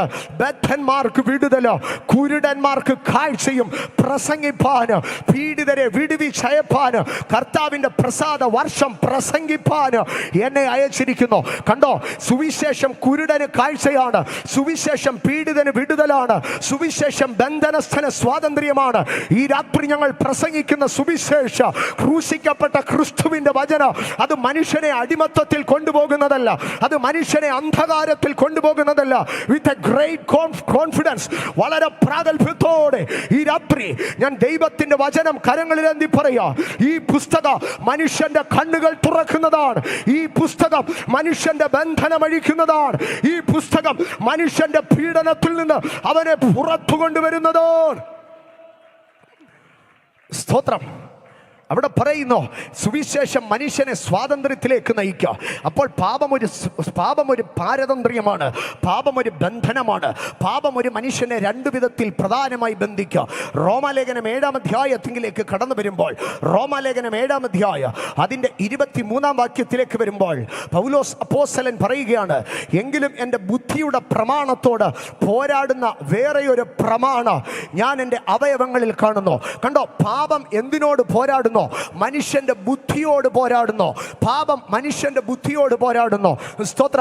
ഈ ദിവസങ്ങളിൽ കേരളത്തിൽ വായനയുടെ പ്രാധാന്യം എന്നുള്ളൊരു ചർച്ച നടന്നുകൊണ്ടിരിക്കുകയാണ്. കനകക്കുന്ന് കൊട്ടാരത്തിലാണെന്ന് ഞാൻ കരുതുന്നു. മാതൃഭൂമിയുടെ നേതൃത്വത്തിൽ വായനയുടെ പ്രാധാന്യം അതിനകത്ത് ചർച്ചയ്ക്കകത്ത് വളരെ ഉടലെടുത്ത ഒരു പരാമർശം ഞാൻ ശ്രദ്ധിച്ചു. സ്തോത്ര. അതിലിങ്ങനെയാണ് കേരളത്തിലെ ഒരു പ്രശസ്തനായ വ്യക്തി പറഞ്ഞത്, ഇന്ന് എല്ലാ കവലകളിലും ജിമ്മുകളുണ്ട് കേട്ടോ, എല്ലാ കൊച്ചു കൊച്ചു ഗ്രാമങ്ങളിലും ജിമ്മുണ്ട്. എൻ്റെ കുട്ടിക്കാലത്തൊക്കെ ജിമ്മ് പത്തനംതിട്ട ജില്ലയിൽ 2 മാത്രമായിരുന്നു. അത് മൾട്ടി ജിം ഉണ്ടെങ്കിൽ 1 കാണത്തുള്ളൂ. പക്ഷേ ഇന്ന് കേരളത്തിലെ എല്ലാ കൊച്ചു കൊച്ചു ഗ്രാമങ്ങളിലും വരെ ജിമ്മുകളുണ്ട്. പക്ഷേ വേറെ ഒരു സാധനം കേരളത്തിലെ ഗ്രാമങ്ങളിൽ നിന്ന് അകന്നുപോയി. എന്താണെന്നറിയാമോ? വായനശാലകൾ അകന്നുപോയി. എന്ന് പറഞ്ഞാൽ ബുദ്ധിക്ക് വ്യായാമമില്ല, പകരം ശരീരത്തിലെ വ്യായാമത്തിലേക്ക് ഇന്നത്തെ തലമുറ തിരിഞ്ഞിരിക്കുകയാണ്. പക്ഷേ എൻ്റെ കുട്ടിക്കാലത്ത് എൻ്റെ കൊച്ചു ഗ്രാമത്തിൽ തന്നെ 3 വായനശാലകളെ കണ്ട ഓർമ്മ എനിക്കുണ്ട്. ആമേൻ. 1 കിലോമീറ്റർ ചുറ്റളവിൽ തന്നെ 3 വായനശാലകൾ അതിനകത്ത്. സ്തോത്ര. പക്ഷേ ഇന്ന് അതിലെ ഒരു വായനശാല പോലും തുറന്നു കിടപ്പില്ല. ആ വായനശാലയൊക്കെ പഞ്ചായത്ത് ഏറ്റെടുത്ത് ഗ്രാമസഭയോ കുടുംബശ്രീയോ കൂടുവാനുള്ള ഹോളുകളായി അടച്ചു മാറ്റിയിരിക്കുകയാണ്. പറഞ്ഞതിൻ്റെ അർത്ഥം ഇതാണ്: മനുഷ്യന്റെ ബുദ്ധിയെ കെട്ടിക്കൊണ്ട് അവന്റെ ശരീരത്തെ വളർത്തിക്കൊണ്ടിരിക്കുകയാണ്. ആമേൻ. കാട്ടുപോത്തിനെ പോലെ, പന്നിയെ പോലെ, മൃഗത്തെ പോലെ മുഷ്കുള്ള ശരീരം, പക്ഷേ അതിൻ്റെ ബുദ്ധിക്കകത്തൊന്നുമില്ല. എന്താണ് കാരണം? പാപത്തിന്റെ പ്രവണത കൂടുമ്പോൾ. സ്തോത്ര. ഇന്ന് സയന്റിഫിക് ലോകം തിരിച്ചറിഞ്ഞു, ഗാഡ്ജറ്റുകൾ അധികമായി ഉപയോഗിക്കുന്ന കുഞ്ഞുങ്ങൾക്ക് കോൺസെൻട്രേഷൻ കുറയുന്നു, ഓർമ്മശക്തി കുറയുന്നു. സ്തോത്രം. വായനാശീലം കുറയുന്നു. കണ്ടോ? പാപം ഒരു മനുഷ്യന്റെ ബുദ്ധിയോട് പോരാടുമെന്ന് റോമാലേഖനം 7-ാം അധ്യായം 23-ാം വാക്യത്തിൽ പൗലോസ് പറഞ്ഞപ്പോൾ അത് കാലഘട്ടം തെളിയിക്കുകയാണ്. പാപം മനുഷ്യന്റെ ബുദ്ധിയെ തകർക്കുക. എന്നാൽ ബുദ്ധിയെ മാത്രമല്ല, അതിൻ്റെ അടുത്ത വാക്യത്തിലേക്ക് വരുമ്പോൾ പറയുകയാണ്, അതെൻ്റെ അവയവങ്ങളിലുള്ള പാപ പ്രമാണത്തിന് എന്നെ ബദ്ധനാക്കി കളയുന്നു. കണ്ടോ? എൻ്റെ അവയവങ്ങളെ ബദ്ധമാക്കുന്നു. ഒരു മനുഷ്യന്റെ ശരീരത്തെ, ഒരു മനുഷ്യന്റെ ജീവിതത്തെ, അവൻ്റെ ഇന്ദ്രിയങ്ങളെ, അവൻ്റെ അവയവങ്ങളെ, അവൻ്റെ സ്വാതന്ത്ര്യത്തെ നശിപ്പിക്കുന്നതാണ് പാപം. ആകയാൽ പാപത്തിൽ നിന്ന് മോചനം ലഭിക്കണം. പാപം ഒരു മനുഷ്യന് പാപമോചന ഒരു മനുഷ്യന് സ്വാതന്ത്ര്യമാണ്. അങ്ങനെയെങ്കിൽ പാപം 1 അത് ബന്ധനമാണ്. 2 പാപത്തെക്കുറിച്ച് നാം അറിഞ്ഞിരിക്കേണ്ട മറ്റൊരു ഭാഗം യോഹന്നാന്റെ സുവിശേഷം 5-ാം അധ്യായം, യെഹെസ്കേൽ പ്രവചനം 18-ാം അധ്യായം അതിൻ്റെ 24-ാം വാക്യത്തിലേക്ക് വരുമ്പോൾ പാപത്തിൻ്റെ ഒരു പ്രവൃത്തിയെ നമുക്ക് കാണാൻ കഴിയും. യെഹെസ്കേൽ 18:24 അവിടെ ഇങ്ങനെയാണ് എഴുതിയിരിക്കുന്നത്. ആമേൻ. അവൻ ചെയ്ത ദ്രോഹത്താൽ, അവൻ ചെയ്ത പാപത്താലും അവൻ മരിക്കും. കണ്ടോ? അവൻ ചെയ്ത ദ്രോഹത്താലും അവൻ ചെയ്ത പാപത്താലും അവൻ മരിക്കും. ആകയാൽ പാപം മരണമാണ്. അതാണ് തിരുവെഴുത്തിൽ എഴുതിയിരിക്കുന്നത്. പാപത്തിന്റെ ശമ്പളമോ മരണം തന്നെ. പാപത്തിന്റെ ശമ്പളം മരണമാണ്. ഏകന്റെ ലംഘനത്താൽ ഏതേന്യ യുഗത്തിൽ, ഏതേന്യ പൂങ്കാവനത്തിൽ ഉപായിയായ സർപ്പത്താൽ വഞ്ചിക്കപ്പെട്ട മനുഷ്യൻ ലംഘനം സംഭവിക്കുമ്പോൾ, പാപം സംഭവിക്കുമ്പോൾ, അവൻ പാപിയായി തീരുമ്പോൾ അന്ന് ദൈവം അവനോട് കൽപ്പിച്ച കൽപ്പന നിറവേറപ്പെടുകയായിരുന്നു. ഇത് തിന്നുന്ന നാളിൽ മരണം നിന്റെ മേൽ ആധിപത്യം നടത്താൻ തുടങ്ങും. ഇന്ന് രാത്രി തിരിച്ചറിയണം, പാപം മരണമാണ്. എന്നാൽ യേശു കർത്താവ് ഭൂമിയിൽ ഇറങ്ങി വരുമ്പോൾ യേശു കർത്താവ് ഇങ്ങനെ പറയുന്നു, ആമേൻ, ആമേൻ, ഞാൻ നിങ്ങളോട് പറയുന്നു, എൻ്റെ വചനം കേട്ട് എന്നെ അയച്ചവനെ വിശ്വസിക്കുന്നവന് നിത്യജീവനുണ്ട്. അവൻ ന്യായവിധിയിലാകാതെ മരണത്തിൽ നിന്ന് ജീവങ്കലേക്ക് കടന്നിരിക്കുന്നു. എന്താണ് സുവിശേഷം? എന്താണ് യേശുവിന്റെ വാക്കുകൾ? യോഹന്നാൻ 5:24 പറയുകയാണ്, എൻ്റെ വാക്കൊരുത്തൻ കേട്ടാൽ, എൻ്റെ വചനത്തെ ഒരുത്തൻ വിശ്വസിച്ചാൽ, എൻ്റെ സുവിശേഷത്തെ ഒരുത്തൻ അംഗീകരിച്ചാൽ അവൻ ന്യായവിധിയിലാകാതെ അവൻ മരണത്തിൽ നിന്ന് ജീവങ്കലേക്ക് കടന്നിരിക്കുന്നു. അങ്ങനെയെങ്കിൽ പാപമോചന മരണത്തിൽ നിന്ന് ജീവങ്കലേക്കുള്ള ഒരു ട്രാൻസ്ഫർ ആണ്. മരണത്തിൽ നിന്ന് ജീവങ്കലേക്കുള്ള ട്രാൻസ്ഫർ. ഇന്ന് രാത്രി എന്നെ കേൾക്കുന്ന ദൈവവൈതലേ, ഇന്ന് രാത്രി എന്നെ കേൾക്കുന്ന ദേശനിവാസിയെ, ഇന്ന് രാത്രി എന്നെ കേൾക്കുന്ന സ്നേഹിത സഹോദര, നിന്റെ കുടുംബത്തിൽ മരണം വാഴുന്നു, നിന്റെ ശരീരത്തിൽ മരണം വാഴുന്നു, നിന്റെ ജീവിതത്തിൽ മരണം വാഴുന്നു. ഈ രാത്രി ഞങ്ങൾ യേശു ക്രിസ്തുവിനെ പ്രസംഗിക്കുന്നു. യേശു ക്രിസ്തുവിൽ വിശ്വസിക്കുന്നവന്റെ ഉള്ളിൽ നിത്യജീവനുണ്ട്. മരണത്തിന് അവന്റെ മേൽ അധികാരമില്ല.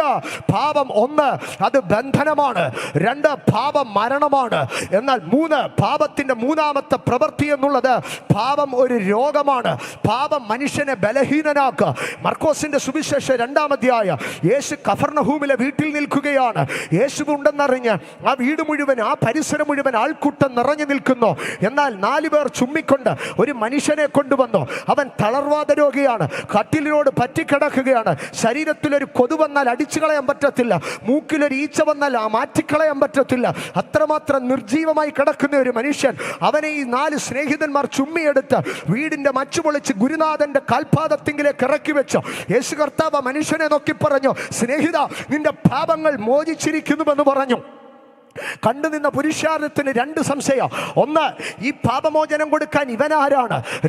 കാരണം അക്കാലം വരെ പാപമോചനം നൽകപ്പെടുന്നത് ലേവ്യ പൗരോഹിത്യത്തിന്റെ അധികാരത്തിൽ യാഗപീഠത്തിങ്കൽ ബലിമൃഗത്തെ കൊണ്ടുവച്ച് യാഗവസ്തുവുമായി ആലയത്തിൽ ചെന്ന് പ്രായശ്ചിത്തം കഴിക്കുന്നവനാണ് പാപമോചനം. എന്നാൽ മനുഷ്യൻ കഴിക്കേണ്ട ആലയത്തിന്റെ മുമ്പിൽ കൊണ്ടുവന്ന് കാളയെയും ആടിനെയും കൊണ്ടു നിർത്തി പിഴയൊടുക്കി പാപമോചനം പ്രാപിക്കുന്ന കാലഘട്ടത്തിൽ നസറായൻ അവന്റെ വീട്ടിൽ നിന്ന് വിളിച്ചു പറയുകയാണ്, ഞാൻ നിന്റെ പാപങ്ങളെ മോചിച്ചിരിക്കുന്നു.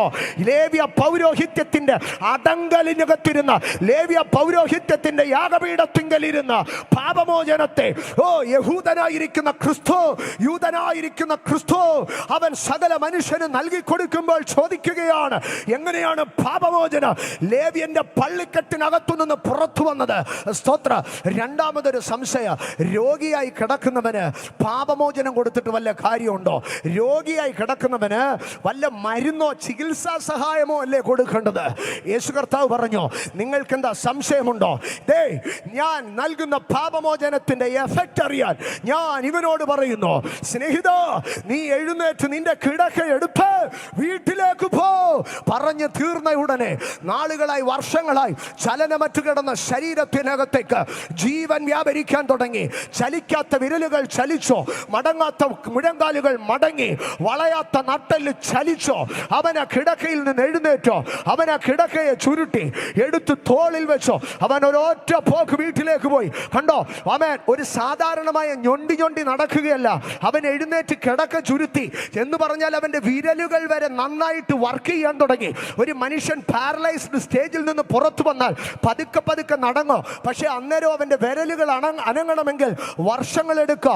അതിനിങ്ങനെ പന്ത് കൊടുത്ത് മസാജ് ചെയ്യാൻ പറയോ. പക്ഷേ യേശുനാഥൻ അവന്റെ പാപം മോചിച്ച മാത്രയിൽ അവൻ കിടക്ക ചുരുട്ടി തോളത്ത് വെച്ച് വീട്ടിലേക്ക് പോയി.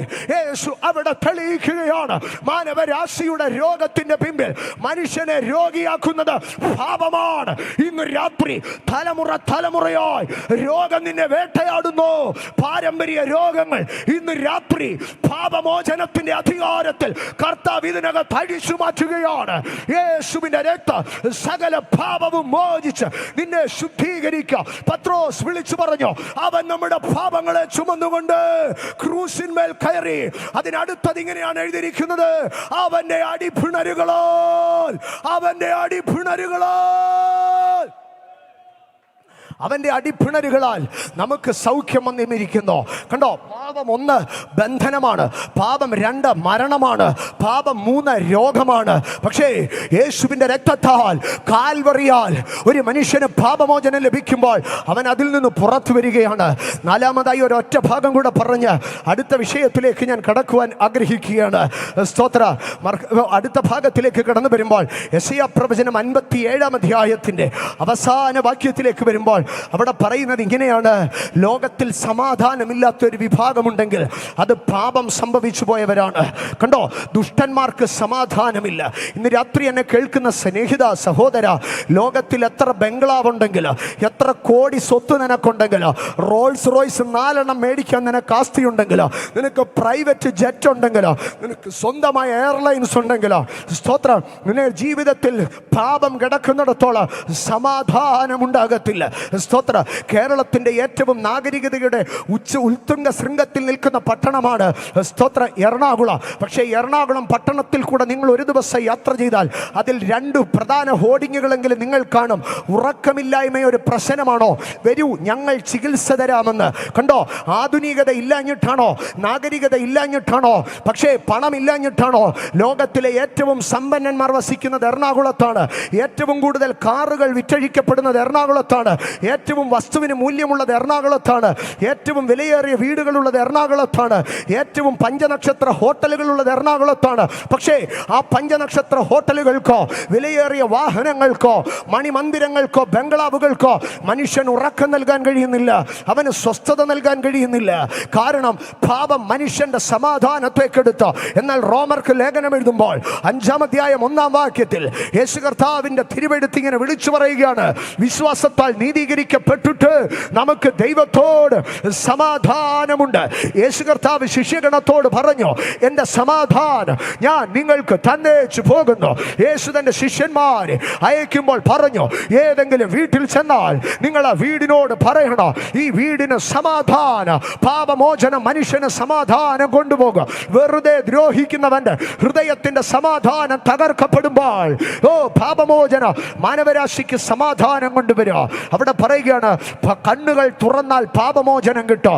ഈ രാത്രി ഈ ദേശത്തിന്റെ കണ്ണുകൾ തുറക്കട്ടെ, പാപമോചനം സംഭവിക്കട്ടെ എന്ന് ഞാൻ പ്രാർത്ഥിക്കുകയാണ്. ഈ ദേശ നിവാസിയെ, നിന്റെ കണ്ണുകൾ തുറക്കട്ടെ, നിനക്ക് പാപമോചനം ഉണ്ടാകട്ടെ, നീ സ്വാതന്ത്ര്യം പ്രാപിക്കട്ടെ, നീ സമാധാനം പ്രാപിക്കട്ടെ, നീ സൗഖ്യം പ്രാപിക്കട്ടെ, നീ ആരോഗ്യം പ്രാപിക്കട്ടെ, നീ ജീവൻ പ്രാപിക്കട്ടെ. അതൊക്കെയും ഞാൻ പ്രസംഗിക്കുന്ന യേശു ക്രിസ്തുവിലുണ്ട്, ഞാൻ പ്രസംഗിക്കുന്ന യേശു ക്രിസ്തുവിലുണ്ട്.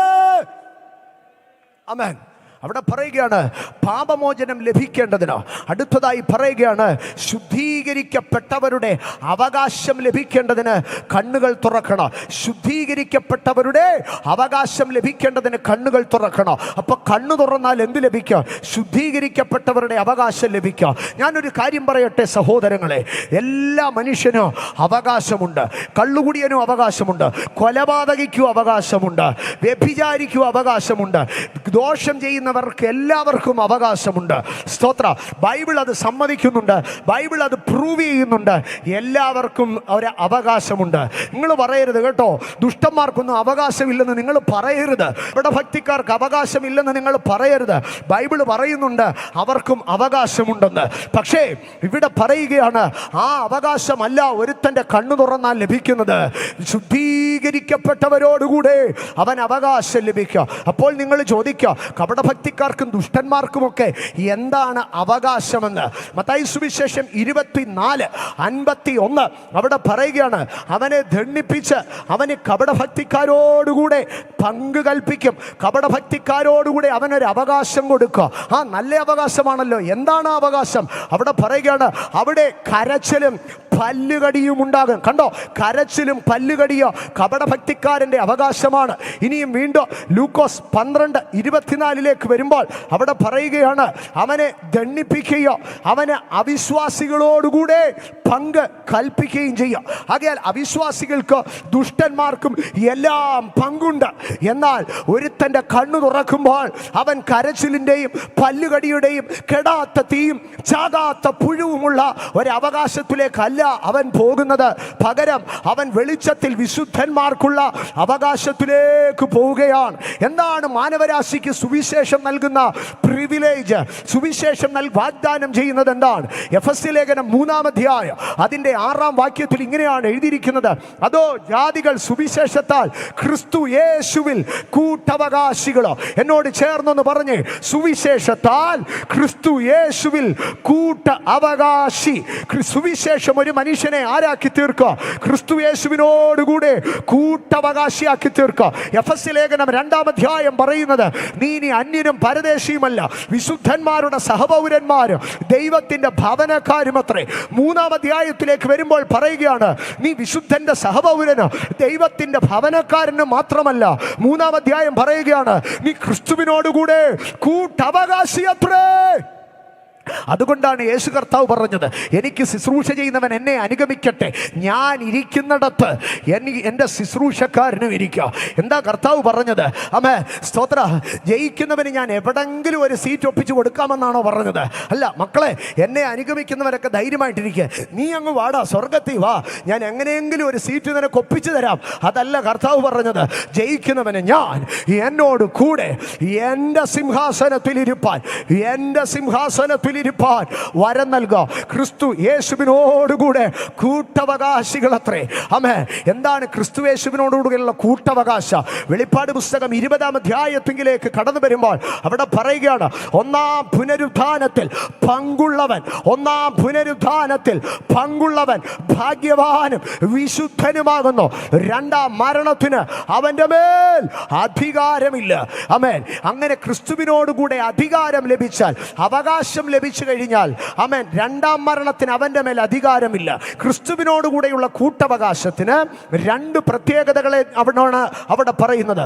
ഒന്നാമതായി പറയുകയാണ്, ഒന്നാം പുനരുത്ഥാനത്തിൽ പങ്കു പ്രാപിക്കുന്നു. ക്രിസ്തുവിനോടുകൂടെ കൂട്ടവകാശിയായവൻ ഒന്നാം പുനരുത്ഥാനത്തിൽ പങ്കു പ്രാപിക്കുന്നു. എന്താണ് ഒന്നാം പുനരുത്ഥാനത്തിന്റെ പ്രത്യേകത? അവിടെ പറയുകയാണ്, സ്തോത്ര, രണ്ടാം മരണത്തിന് അവന്റെ മേൽ അധികാരമില്ല എന്ന് പറഞ്ഞാൽ നരകത്തിന്, പാതാളത്തിന്, പിശാചിന് അവന്റെ മേൽ അധികാരമില്ല. എന്നിട്ട് അടുത്തതായിട്ട് പറയുകയാണ്, അവർ ദൈവത്തിനും ക്രിസ്തുവിനും പുരോഹിതന്മാരായി ക്രിസ്തുവിനോട് കൂടെ 1000 ആണ്ട് വാഴുന്നവരായിരിക്കും. കണ്ടോ, ഇതാണ് ക്രിസ്തുവിനോടുകൂടെയുള്ള പങ്ക്. ഇതുകൊണ്ടാണ് ഭക്തന്മാർ പറഞ്ഞത്, വെളിച്ചത്തിൽ വിശുദ്ധന്മാർക്കുള്ള അവകാശത്തിൽ പങ്കു തന്ന ദൈവത്തിന് സ്തോത്രം, സ്തോത്രം പാട്. ഇന്ന് രാത്രി എത്ര ദൈവമക്കൾ സന്തോഷത്തോടെ സ്തോത്രം പറയാ. ഓ, വിശുദ്ധീകരിക്കപ്പെട്ടവരോടുകൂടെ അവകാശം തരുവാൻ എൻ്റെ കണ്ണുകൾ തുറന്നു. ഒരു മനുഷ്യന്റെ കണ്ണു തുറന്നാൽ, ഒരു മനുഷ്യന്റെ കണ്ണു തുറന്നാൽ അവന് ശുദ്ധീകരിക്കപ്പെട്ടവരോടുകൂടെ അവകാശം ലഭിക്കുക. ഇന്ന് രാത്രി എത്ര പേർ പറയാ ആമേൻ? ഒരുത്തന്റെ കണ്ണു തുറന്നാൽ അവന് ശുദ്ധീകരിക്കപ്പെട്ടവരോടുകൂടെ അവകാശം ലഭിക്കും. അതുകൊണ്ടല്ലേ ഭക്തൻ പറയുന്നത്, ശുദ്ധന്മാർക്കു വെളിച്ചത്തിൽ ഉള്ള അവകാശത്തിൽ, ശുദ്ധന്മാർക്കു വെളിച്ചത്തിൽ ഉള്ള അവകാശത്തിൽ പങ്കുതന്ന ദൈവത്തിനു സ്തോത്രം, സ്തോത്രം പാടും ഞാൻ. പങ്കുതന്ന ദൈവത്തിനു സ്തോത്രം, സ്തോത്രം പാടും ഞാൻ. നാഗൽ സാഹിബിന്റെ അടുക്കൽ അടുത്ത വരി ചോദിക്കാം, അങ്ങനെ ഒരു അവകാശം കിട്ടിയതിന് ഇത്ര സ്തോത്രം പാടാൻ എന്താ? അപ്പോൾ അദ്ദേഹം പറയും, അതെന്താണെന്നറിയാമോ? ആ ദൈവം നൽകിയ അവകാശത്തിന് ഞാൻ ഇത്ര പാട്ടുപാടാൻ കാര്യ. സ്ഥലം ഹാമാ വിശേഷം ഫലമേത്ര മധുരം. സ്ഥലം ഹാമാ വിശേഷ ഫലമേത്ര മധുര.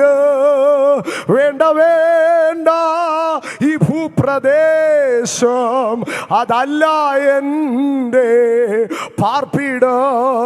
വേണ്ട വേണ്ട ഈ ഭൂപ്രദേശം, ഇതല്ല എൻ്റെ പാർപ്പിട. തനിക്ക് നിത്യതയിൽ ലഭിക്കുന്ന അവകാശത്തിന്റെ വെളിപ്പാട് കിട്ടിയ ഭക്തൻ പറയുകയാണ്, ആ വിശുദ്ധന്മാരുടെ അവകാശത്തിൽ എനിക്ക് പങ്കു തന്ന ദൈവത്തിന് സ്തോത്രം. അളവ് നൂലരിക്ക് മനോഹര ദേശത്ത് വീണിരിക്കുന്നു. അതേ, എനിക്ക് നല്ലൊരു അവകാശം ലഭിച്ചു. എങ്ങനെയാ ഭക്തനെ നിനക്കത് ലഭിച്ചത്? എനിക്ക് ബുദ്ധി ഉപദേശിച്ചു തന്ന ദൈവത്തിന് സ്തോത്രം. കണ്ടോ, സുവിശേഷം ഒരു മനുഷ്യന്റെ കണ്ണു തുറക്കും. സുവിശേഷം കുരുടർക്ക് കാഴ്ച നൽകുക. ആ കാഴ്ച അവന് ലഭിക്കുമ്പോൾ, ഒന്ന്, പാപമോചനം ലഭിക്കുക. രണ്ട്, സ്തോത്ര, രണ്ടാമത് അവന് വിശുദ്ധന്മാരോടുകൂടെ അവകാശം ലഭിക്കുക. മൂന്നാമത് ആ വാക്യത്തിൽ പറയുകയാണ്, അവൻ ഇരുട്ടിൽ നിന്ന് വെളിച്ചത്തിലേക്ക് മാറും. ഒരു മനുഷ്യന്റെ കണ്ണു തുറക്കുമ്പോൾ അവൻ ഇരുട്ടിൽ നിന്ന് വെളിച്ചത്തിലേക്ക് മാറും. ഇരുട്ടിന്റെ രണ്ട് പ്രത്യേകതകളെ ഞാൻ പറയാം. ഒന്ന്, ഇരുട്ടിന്റെ ഒന്നാമത്തെ പ്രത്യേകത, ഞാനിപ്പോൾ ഇവിടെ നിന്ന് നിങ്ങളെ നോക്കി ചിരിക്കുന്നു. വെളിച്ചമുള്ളത് കൊണ്ടാണ് ഞാൻ ചിരിക്കുവാണെന്ന് നിങ്ങൾക്ക് മനസ്സിലായത്. പക്ഷേ ഈ വെളിച്ചം പോയി ഇരുട്ടായി കഴിഞ്ഞാൽ ഞാൻ നിങ്ങളെ നോക്കി ചിരിക്കുകയാണോ, കൊഞ്ഞനം കുത്തുകയാണോ, നിങ്ങളെ മുഖം നോക്കി നിങ്ങളെ പേടിപ്പിക്കുകയാണോ, ഇതൊന്നും നിങ്ങൾക്ക് എന്ത് ചെയ്യാൻ കഴിയത്തില്ല, മനസ്സിലാക്കാൻ കഴിയത്തില്ല. ആമേൻ. ഇവിടെ നിന്ന് ഈ വെളിച്ചത്തിൽ ഞാൻ നിങ്ങളെ നോക്കുമ്പോൾ നിങ്ങൾ ചിരിക്കുകയാണോ, നിങ്ങൾ കരയുകയാണോ വേദനയാണോ എന്ന് എനിക്ക് മനസ്സിലാകാം. എന്നാൽ ഈ വെളിച്ചം നഷ്ടപ്പെട്ട് ഇരുട്ടായി കഴിഞ്ഞാൽ സ്തോത്ര, നിന്റെ കണ്ണുനീരിനെ, നിന്റെ വേദനയെ ആർക്കും മനസ്സിലാക്കാൻ കഴിയത്തില്ല. ആമേൻ. വീണ്ടും ഇരുട്ട് സംഭവിച്ചു കഴിഞ്ഞാൽ ആമേൻ, ഇരുട്ട് ബന്ധങ്ങളെ അകറ്റിക്കളയുക. മിസ്രൈം ദേശത്തെക്കുറിച്ച് പറയുകയാണ്, 3 ദിവസം കൂരിരുട്ടുണ്ടായി, ഒരുത്തനെ കണ്ടില്ല, ആരും തങ്ങളുടെ വീടുകൾ വിട്ട് പുറത്തിറങ്ങിയില്ല. ബന്ധങ്ങൾ നഷ്ടപ്പെടാം. ആമേൻ. Darkness is the season of misunderstanding. ആരും നിങ്ങളെ നന്നായി ധരിക്കത്തില്ല, എല്ലാവരും നിങ്ങളെ തെറ്റിദ്ധരിക്കുക. ജീവിതത്തിൽ നിങ്ങളെ മനസ്സിലാക്കാൻ ഒരുത്തനും ഇല്ലെന്നുള്ള വ്യാകുലതകൾ വരും. ആമേൻ. 2 ഇരുട്ടിൻ്റെ പ്രത്യേകത, വെളിച്ചമുള്ളത് കൊണ്ട് ഇന്ന് നിങ്ങൾക്കിപ്പോൾ വീട്ടിൽ പോകണമെന്ന് തോന്നിയാൽ നിങ്ങൾക്ക് ഇവിടെ നിന്ന് ഇറങ്ങിപ്പോകാനുള്ള വഴി നന്നായി അറിയാം. പക്ഷേ ഈ വെളിച്ചം നഷ്ടപ്പെട്ടാൽ നിങ്ങൾക്ക് അടുത്ത സ്റ്റെപ്പ് വെക്കാൻ, ഒരു ചുവട് മുമ്പിൽ വെക്കാൻ നിങ്ങൾ പേടിക്കുക. ആമേൻ. ജീവിതത്തിൽ ഭാവിയെക്കുറിച്ചുള്ള ദർശനം നഷ്ടപ്പെടുക, എന്ത് ചെയ്യണമെന്നറിയാതാകുക, എങ്ങോട്ട് പോകണമെന്നറിയാതാകുക, ആരോട് പറയണമെന്നറിയാതാകുക, ആരെ വിശ്വസിക്കണമെന്നറിയാതാകുക. ആശങ്കകളുടെയോ ആകുലതകളുടെ സമയമാണ് ഇരുട്ട് എന്ന് പറയുന്നത്. എന്നാൽ ഇന്ന് രാത്രി ഞാൻ പറയട്ടെ, ഒരുത്തൻ്റെ കണ്ണ് സുവിശേഷത്താൽ തുറന്നു കഴിഞ്ഞാൽ, അവൻ്റെ കണ്ണുകൾ തുറന്നാൽ പിന്നെ അവൻ ഇരുട്ടിലായിരിക്കത്തില്ല. ആമേൻ. 57-ാം സങ്കീർത്തനത്തിൽ ഇങ്ങനെയാണ് പറയുന്നത്, എൻ്റെ ഹൃദയം ഉറച്ചിരിക്കുന്നു, അതുകൊണ്ട് ഞാൻ പാടും, ഞാൻ കീർത്തനം ചെയ്യാം. അതൊരു വെർഷനിൽ ഇങ്ങനെയാണ് എഴുതിയിരിക്കുന്നത്, Lord my heart is quiet and confident. എൻ്റെ ഹൃദയം സ്വസ്ഥവും എൻ്റെ ഹൃദയം ധൈര്യവുമുള്ളതാണ്. എനിക്കൊരു ഭയവുമില്ല, നാളെയെക്കുറിച്ച് എനിക്കൊരു ആകുലതയില്ല, എൻ്റെ തലമുറയെക്കുറിച്ച് എനിക്കൊരു ആകുലതയില്ല, എൻ്റെ വയസ്സങ്കാലത്തെക്കുറിച്ച് എനിക്കൊരു ആകുലതയില്ല, എനിക്ക് ജോലി നഷ്ടപ്പെടുമോ എന്നുള്ള ആകുലതയില്ല, മനുഷ്യൻ എനിക്കെതിരായി തുറന്നാൽ ഞാൻ എന്ത് ചെയ്യുമെന്ന് ആകുലപ്പെടത്തില്ല. കാരണം എൻ്റെ കണ്ണുകൾ തുറന്നു, ഞാൻ ഇന്ന് വെളിച്ചത്തിലാണ് ജീവിക്കുന്നത്. ഈ രാത്രി ദൈവത്തിന് സ്തോത്രം പറഞ്ഞാട്ട് ആമേൻ. കണ്ണുകൾ തുറന്നാൽ, കണ്ണുകൾ തുറന്നാൽ, കണ്ണുകൾ തുറന്നാൽ നിനക്ക് ഭാവി കാലമോർത്ത് പുഞ്ചിരി ഇടുവാൻ കഴിയുക. കണ്ണുകൾ തുറക്കുന്നതിൻ്റെ 4-ാമത്തെ വിഷയം അപ്പോസ്തല പ്രവൃത്തി 26:18. അവിടെ ഇങ്ങനെയാണ് പറയുന്നത്, സാത്താന്റെ അധികാരത്തിൽ നിന്ന് ദൈവത്തിങ്കലേക്ക് തിരിയുക. ഒരുവന്റെ കണ്ണു തുറന്നാൽ പിന്നീട് അവൻ സാത്താന്റെ അധികാരത്തിന് കീഴ് കിടക്കത്തില്ല. ഇന്ന് രാത്രി എന്നെ കേൾക്കുന്ന സ്നേഹിത, നിന്റെ കണ്ണുകൾ ഇന്ന് രാത്രി സുവിശേഷം തുറന്നാൽ, ഇന്ന് രാത്രി ദൈവത്തിന്റെ വചനത്തിന് മുമ്പാകെ, ദൈവത്തിന്റെ കൃപയുടെ മുൻപാകെ നിന്റെ കണ്ണുകൾ തുറന്നാൽ പിന്നെ ഒരു കൊടിയ സാത്താന് നിന്റെ കുടുംബത്തിന്മേൽ, നിന്റെ ജീവിതത്തിന്മേൽ, നിന്റെ തലമുറയുടെ മേൽ, നിന്റെ ആരോഗ്യത്തിന്മേൽ, നിന്റെ പ്രൊഫഷന്റെ മേൽ, നിന്റെ പ്രസ്ഥാനത്തിന്റെ മേൽ, നിന്റെ കരിയറിന്റെ മേൽ അവകാശമുണ്ടാകത്തില്ല. ഇന്ന് രാത്രി ഇതിനകത്തിരിക്കുന്ന ഏതെങ്കിലും പ്രിയപ്പെട്ടവർ പൈശാചിക അധികാരത്തിന് കീഴിൽ കിടക്കുന്നുവെങ്കിൽ ഈ രാത്രി നീ വിടുവിക്കപ്പെടുന്ന രാത്രിയാണ്. പൈശാചിക അധികാരങ്ങൾ നിന്റെ ജീവിതത്തിൽ നിന്ന് കെട്ടഴിയപ്പെടുന്ന രാത്രിയാണ്. ഒരു അന്ധകാര ശക്തിക്ക് നിന്റെ മേൽ അധികാരമില്ല, ഒരു വെച്ചാരാധനയുടെ കുടില തന്ത്രങ്ങൾക്ക് നിന്റെ മേൽ അധികാരമില്ല. ആമേൻ. ഒരു മന്ത്രവാദിയുടെ കഠിന ശബദങ്ങൾക്ക് നിന്റെ മേൽ അധികാരമില്ല, ഒരുത്തന്റെ ശാപങ്ങൾക്ക് നിന്നെ തകർക്കാൻ കഴിയത്തില്ല. ഇന്ന് രാത്രി ഞാൻ ആവർത്തിച്ചു പറയുകയാണ്, യെസ്, ഒരുവന്റെ കണ്ണുകൾ തുറന്നാൽ, സുവിശേഷം അവൻ്റെ ജീവിതത്തിൽ ചെന്നാൽ, അവൻ്റെ കണ്ണുകൾ തുറന്നാൽ, അവൻ അന്ന് തുടങ്ങി സ്തോത്ര സാത്താൻ്റെ അധികാരത്തിൽ നിന്ന് പുറത്തു വരിക. ഇന്ന് രാത്രി ഞാൻ ആവർത്തിച്ചു പറയുന്നു, ഒരു സാത്താന് നിന്റെ മേൽ അധികാരം പെടുത്താൻ കഴിയത്തില്ല. നിന്റെ വിദ്യാഭ്യാസത്തെ തകർക്കുമെന്ന് പിശാച് വാദിച്ചാൽ, നിന്റെ കുടുംബജീവിതത്തെ ഛിന്ന ഭിന്നമാക്കുമെന്ന് വാദിച്ചാൽ, നിന്റെ ഭാവിയെ തകർക്കുമെന്ന് വാദിച്ചാൽ, നിന്നെ വണ്ടി ഇടിച്ച് കൊല്ലുമെന്ന് പറഞ്ഞാൽ, നിന്നെ ക്യാൻസർ വരുത്തിച്ച് നശിപ്പിക്കുമെന്ന് പറഞ്ഞാൽ, പിശാച് ഏതൊക്കെ വാദഗതി നിനക്ക് നിന്റെ തലമുറയ്ക്കുമെതിരെ ഉയർത്തിയാൽ, ഈ രാത്രി യേശുവിന്റെ രക്തം, ഈ രാത്രി യേശുവിന്റെ രക്തം അത് നിന്നെ സാത്താന്റെ അധികാരത്തിൽ നിന്ന് ദൈവിക സംരക്ഷണത്തിലേക്ക് കൊണ്ടുവരുന്നതാണ്. വിശ്വസിച്ച് സ്തോത്രം പറഞ്ഞാട്ട് സാത്താന് നിന്റെ മേൽ അധികാരമുണ്ടാകത്തില്ല. 1000 മന്ത്രവാദികൾ ഒന്നിച്ച് ഉറക്കൊഴിഞ്ഞ് നിനക്കെതിരെ കൂടോത്രം ചെയ്താൽ നിന്റെ രോമത്തെ പോലും അത് തൊടത്തില്ല, നിന്റെ വീട്ടിലെ ഒരു പുൽനാമ്പ് പോലും കരിയത്തില്ല. ഇന്ന് രാത്രി യഹോവ നിനക്ക് ചുറ്റും തീമതിൽ ഒരുത്തന്റെ കണ്ണുകൾ തുറന്നാൽ പിശാചിന്റെ അധികാരത്തിൽ നിന്ന്, സാത്താന്റെ അധികാരത്തിൽ നിന്ന് ദൈവത്തിങ്കലേക്ക് ഈ രാത്രി കറിക്കാട്ടൂർ ദേശം പിശാചിന്റെ അധികാരത്തിൽ നിന്ന് പുറത്തു വരട്ടെ. ഈ രാത്രി കുടുംബങ്ങൾ പൈശാചിക അധികാരത്തിൽ നിന്ന് പുറത്തു വരട്ടെ. യൗവന തലമുറകൾ പൈശാചിക അധികാരത്തിൽ നിന്ന് പുറത്തു വരട്ടെ. ഈ രാത്രി ഞാൻ പ്രസംഗിക്കുന്നു ദൈവത്തിന്റെ അധികാരം. കാരണം യേശു കർത്താവ് കാൽവറിയിൽ മരിക്കുമ്പോൾ കൊലോസ്യർ എഫെസ്യർ 2:15 അവൻ വാഴ്ചകളെയോ അധികാരങ്ങളെയോ ആയുധവർഗം വഹിപ്പിച്ചു. യേശുവിന്റെ കാൽവറിയിൽ പിശാചിന്റെ സകല അധികാരങ്ങളോ പിശാചിന്റെ സകല സൈന്യങ്ങളോ ആയുധവർഗം വഹിപ്പിച്ചു. റോമാ പടയാളികൾ യേശുവിന്റെ കൈത്തണ്ടകളെ പിടിച്ചു കെട്ടി കാരിരുമ്പാണികൾ മരക്കുരിശിലേക്ക് അടിച്ചു തറയ്ക്കുമ്പോൾ പിശാചിന്റെ ആയുധവർഗം അവിടെ തറയ്ക്കപ്പെടുകയായിരുന്നു. യേശുവിന്റെ കാലുകളെ ചേർത്ത് പിടിച്ച് ക്രൂശിലേക്ക് തറയ്ക്കുമ്പോൾ പിശാചിന്റെ ആയുധവർഗം വഹിപ്പിക്കപ്പെടുകയായിരുന്നു.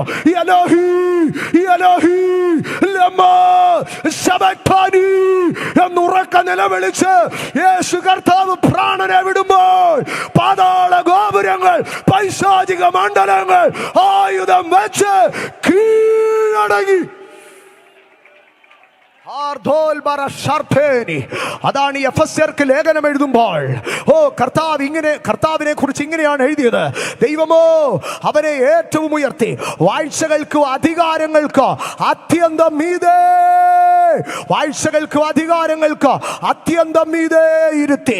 വാഴ്ചകൾക്കും അധികാരങ്ങൾക്കും മീതെ എന്നല്ല എഴുതിയിരിക്കുന്നത്, അത്യന്തം മീതെ. അത് ഇംഗ്ലീഷിലാണ് ഇങ്ങനെയാണ് എഴുതിയിരിക്കുന്നത്, സീറ്റഡ് ജസ്റ്റ് അബവ് എന്നല്ല എഴുതിയിരിക്കുന്നത്, ഫാർ അബവ്. അതുകൊണ്ടാണ് ഫിലിപ്പിയർക്ക് ലേഖനം എഴുതുമ്പോൾ എഴുതി, ദൈവമോ അവനെ ഏറ്റവും ഉയർത്തി എല്ലാ നാമത്തിനും മേലായ നാമം നൽകി സ്വർലോകരുടെയോ ഭൂലോകരുടെയോ അധോലോകരുടെയോ മുഴങ്കാലുകൾ യേശുവിന്റെ നാമത്തിൽ മടങ്ങുമെന്ന് പറഞ്ഞു. സുവിശേഷം ഒരുത്തന്റെ കണ്ണു തുറന്നാൽ ഒരു പൈശാചിക അന്ധകാര ശക്തികൾക്ക് ആ മനുഷ്യന്റെ മേൽ പിന്നെ അധികാരം ചെലുത്താൻ കഴിയത്തില്ല. ഇന്ന് രാത്രി നിന്റെ കണ്ണുകൾ തുറക്കട്ടെ. ഈ രാത്രി നിന്റെ കണ്ണുകൾ തുറക്കട്ടെ. സ്നേഹിത, നിന്റെ കണ്ണുകൾ തുറക്കട്ടെ. പിശാച് കെട്ടിയ നിന്റെ ജീവിതം സ്വതന്ത്രമാകട്ടെ. പിശാച് തകർത്ത നിന്റെ കുടുംബജീവിതം നന്നാവട്ടെ.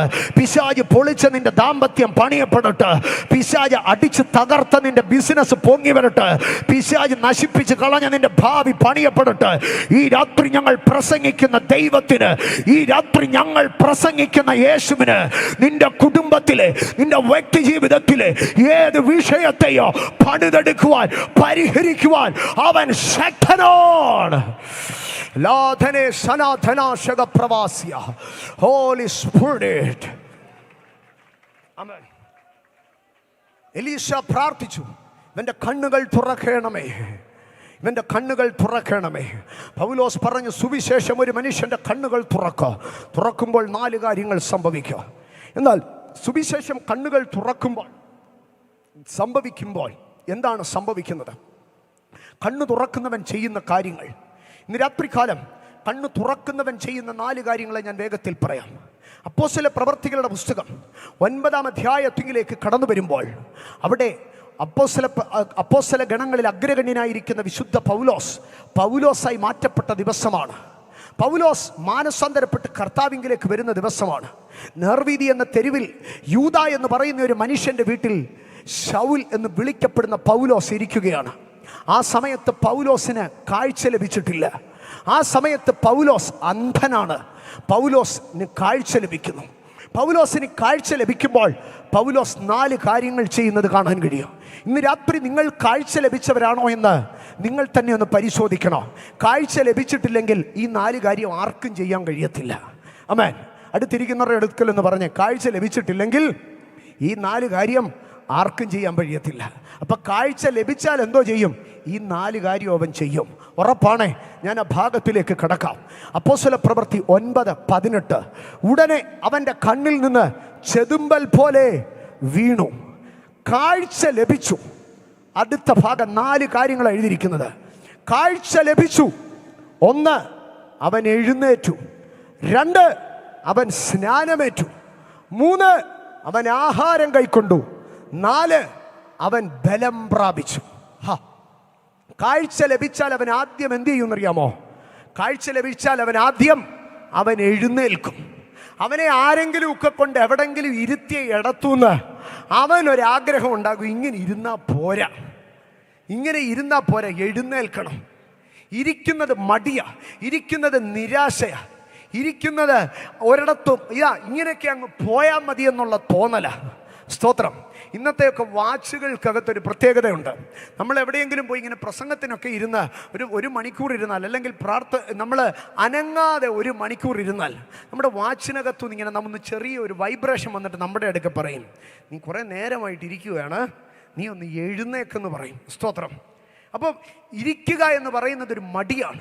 എന്നാൽ കാഴ്ച ലഭിച്ച ഉടനെ അവനൊരു മനസ്സിലായി, ഈ പൊത്തുവരുത്തപ്പെട്ട ആത്മീയം കൊണ്ടൊന്നും ഇരുന്നാ പോരാ, ഇങ്ങനെ ചുമ്മാതെ സ്വോത്രോ ഹല്ലേലൂയോ ഒക്കെ പറഞ്ഞുകൊണ്ട് ഇരുന്നാ പോരാ, എനിക്കിതിനെക്കാട്ടിലും ഉപരിയായ ഒരു ആത്മീയത വേണം എന്നവനൊരു തോന്നലുണ്ടാകും. കാഴ്ച ലഭിച്ച ഉടനെ അവൻ എന്ത് ചെയ്തു? എഴുന്നേറ്റ് കാഴ്ച ലഭിച്ചാൽ ഒന്ന് അവൻ എഴുന്നേക്കുക, അവൻ്റെ പാരമ്പര്യത്തിൽ നിന്ന് അവൻ എഴുന്നേക്കും, അവൻ്റെ പിടിവാശിയിൽ നിന്ന് അവൻ എഴുന്നേക്കും, അവൻ്റെ കുടുംബത്തിൽ നിന്ന് അവനൊന്ന് എഴുന്നേക്കും, അവൻ്റെ പരാജയത്തിൽ നിന്ന് അവനൊന്ന് എഴുന്നേക്കും, അവൻ്റെ ആ പഴയ പോളിസിക്കകത്തു നിന്ന് അവനൊന്ന് എഴുന്നേക്കും. നീ എഴുന്നേക്കുന്നില്ലെങ്കിൽ നിന്റെ കാഴ്ച നഷ്ടപ്പെട്ടെന്ന് അതിൻ്റെ അർത്ഥം. കാഴ്ച ലഭിച്ച ഉടനെ ശൗൽ എഴുന്നേറ്റു. 2, കാഴ്ച ലഭിച്ചവൻ എന്തോ ചെയ്തു? കാഴ്ച ലഭിച്ചവൻ സ്നാനമേറ്റു. ശൗൽ, നീ എന്താ ഇത്രയും നാളും സ്നാനപ്പെടാഞ്ഞത്? ശൗൽ പറഞ്ഞു, എനിക്കിപ്പോഴല്ലയോ കാഴ്ച കിട്ടിയവനല്ലയോ സ്നാനപ്പെടുന്നത്. സ്തോത്ര. എത്യോപ്യ രാജ്ഞിയുടെ ഷണ്ണൻ യാത്ര ചെയ്യുമ്പോൾ ഭയങ്കര വായനയായിരുന്നു. വായിച്ചുകൊണ്ടിരുന്നപ്പോൾ ഫിലിപ്പോസ് അടുത്തെന്ന് ചോദിച്ചിട്ട് വല്ലതും മനസ്സിലായോ? ഞാനിങ്ങനെ വായിക്കുന്നതേ ഉള്ളൂ, ഈ കണ്ണിക്കട എന്തൊക്കെയോ അക്ഷരങ്ങൾ പോകുന്നെന്നല്ലാതെ അകം കണ്ണ് തുറന്നിട്ടില്ല. ഫിലിപ്പോസ് അടുത്തോട്ട് കയറിയിരുന്ന് സുവിശേഷം പറഞ്ഞു. സുവിശേഷം കേട്ട ഉടനെ പുള്ളിക്കാരൻ എന്തോ തോന്നിയെന്നറിയാമോ? കാഴ്ച കിട്ടിയ ഉടനെ പുള്ളി കണ്ടത് എന്താണെന്നറിയാമോ? ദോണ്ട് വെള്ളം. ഫിലിപ്പോസ് അല്ല വെള്ളം കാണിച്ചത്. ആരാ വെള്ളം കാണിച്ചത്? ഷണ്ണം പറയാ, ദേ വെള്ളം കണ്ടോ. കാഴ്ച കിട്ടിയവന് സ്നാനമുണ്ടാകുക. സ്തോത്ര. അപ്പല്ലോസ് കൊരിന്തിലിരിക്കുമ്പോൾ പൗലോസ് ഉൾപ്രദേശങ്ങളിൽ കൂടെ സഞ്ചരിച്ച് എഫസോസിലെത്തി അവിടെ 12 പേരെ കണ്ടോ, 12 അവിടെ ശിഷ്യന്മാരെ കണ്ടോ. അവരുടെ അടുക്കൽ ചോദിച്ചു, നിങ്ങൾ വിശ്വസിച്ചിട്ട് പരിശുദ്ധാത്മാവിനെ പ്രാപിച്ചോ? അവർ പറഞ്ഞു, അങ്ങനത്തെ ഒരു സാധനം ഞങ്ങൾ കേട്ടിട്ട് പോലുമില്ല. അപ്പം ചോദിച്ചു, പിന്നെ നിങ്ങൾ ഈ സ്നാനപ്പെട്ടെന്നൊക്കെ പറഞ്ഞത് എന്തുവാ? അഭിഷേകത്തെക്കുറിച്ച്, അന്യഭാഷയെക്കുറിച്ച്, കൃപാവരങ്ങളെക്കുറിച്ച്, ദൈവതൃത്വത്തിൽ മൂന്നാമനെ കുറിച്ച് പറയാതെ ആരാണോ നിന്നെ സ്നാനപ്പെടുത്തിയത്? അത് പറയാം, ഞങ്ങൾ യോഹന്നാന്റെ കാലത്ത് സ്നാനപ്പെട്ടതാ, ഞങ്ങൾ പഴയ സ്നാനക്കാരാ. പൗലോസ് പറഞ്ഞോ, പോരാ, അഭിഷേകത്തിന്റെ നിറവില്ലാതെ, പരിശുദ്ധാത്മാവിന്റെ ശക്തിയില്ലാതെ, പഴയ നിയമ ലേവ്യ പൗരോഹിത്യത്തിന് ഒത്തവണ്ണ തൈലം പൂശി നിന്നെ മുക്കിയതാണെങ്കിൽ നീ അങ്ങനെ മുങ്ങിയാ പോരാ, നീ അന്യഭാഷ അടയാളത്തോടുകൂടെ വ്യാപരിക്കുന്ന പരിശുദ്ധാത്മാവിന്റെ ശക്തിയാൽ സ്നാനപ്പെട്ടേ മതിയാകത്തുള്ളൂ. സ്തോത്ര. ഇവര് രണ്ടാമത് എന്ത് ചെയ്തെന്നറിയാമോ? യോഹന്നാൻ സ്നാപകന്റെ സ്നാനത്തിനപ്പുറം പൗലോസ് ഇവരെ രണ്ടാമത് എന്ത് ചെയ്തോ? സ്നാനപ്പെടുത്തി. സ്നാനം ഏകമാണ്, സ്നാനം ഒന്നേ ഉള്ളൂ. പക്ഷെ ഒരു കാര്യം ഞാൻ പറയാ, സ്നാനം അത് സത്യമായ സ്നാനമല്ലെങ്കിൽ, നീ 1000 വട്ടം സ്നാനപ്പെട്ടിട്ടുണ്ടെങ്കിലോ നീ യഥാർത്ഥ സ്നാനത്തിന് നീ പങ്കാളിയാകണം. സ്നാനം നല്ല മനസാക്ഷിക്കുള്ള അപേക്ഷയാണ്. എൻ്റെ പ്രിയപ്പെട്ടവരെ, ഞാനൊന്ന് പറയട്ടെ, നമ്മുടെ കുഞ്ഞുങ്ങൾക്കൊക്കെ ഇപ്പോൾ +2ൻ്റെ അഡ്മിഷൻ കിട്ടാം. സ്തോത്ര. നിങ്ങൾക്ക് ഒരു ഹയർ എഡ്യൂക്കേഷന് നിങ്ങൾക്ക് പോകണം, നിങ്ങൾക്ക് ആഗ്രഹം. സ്തോത്ര.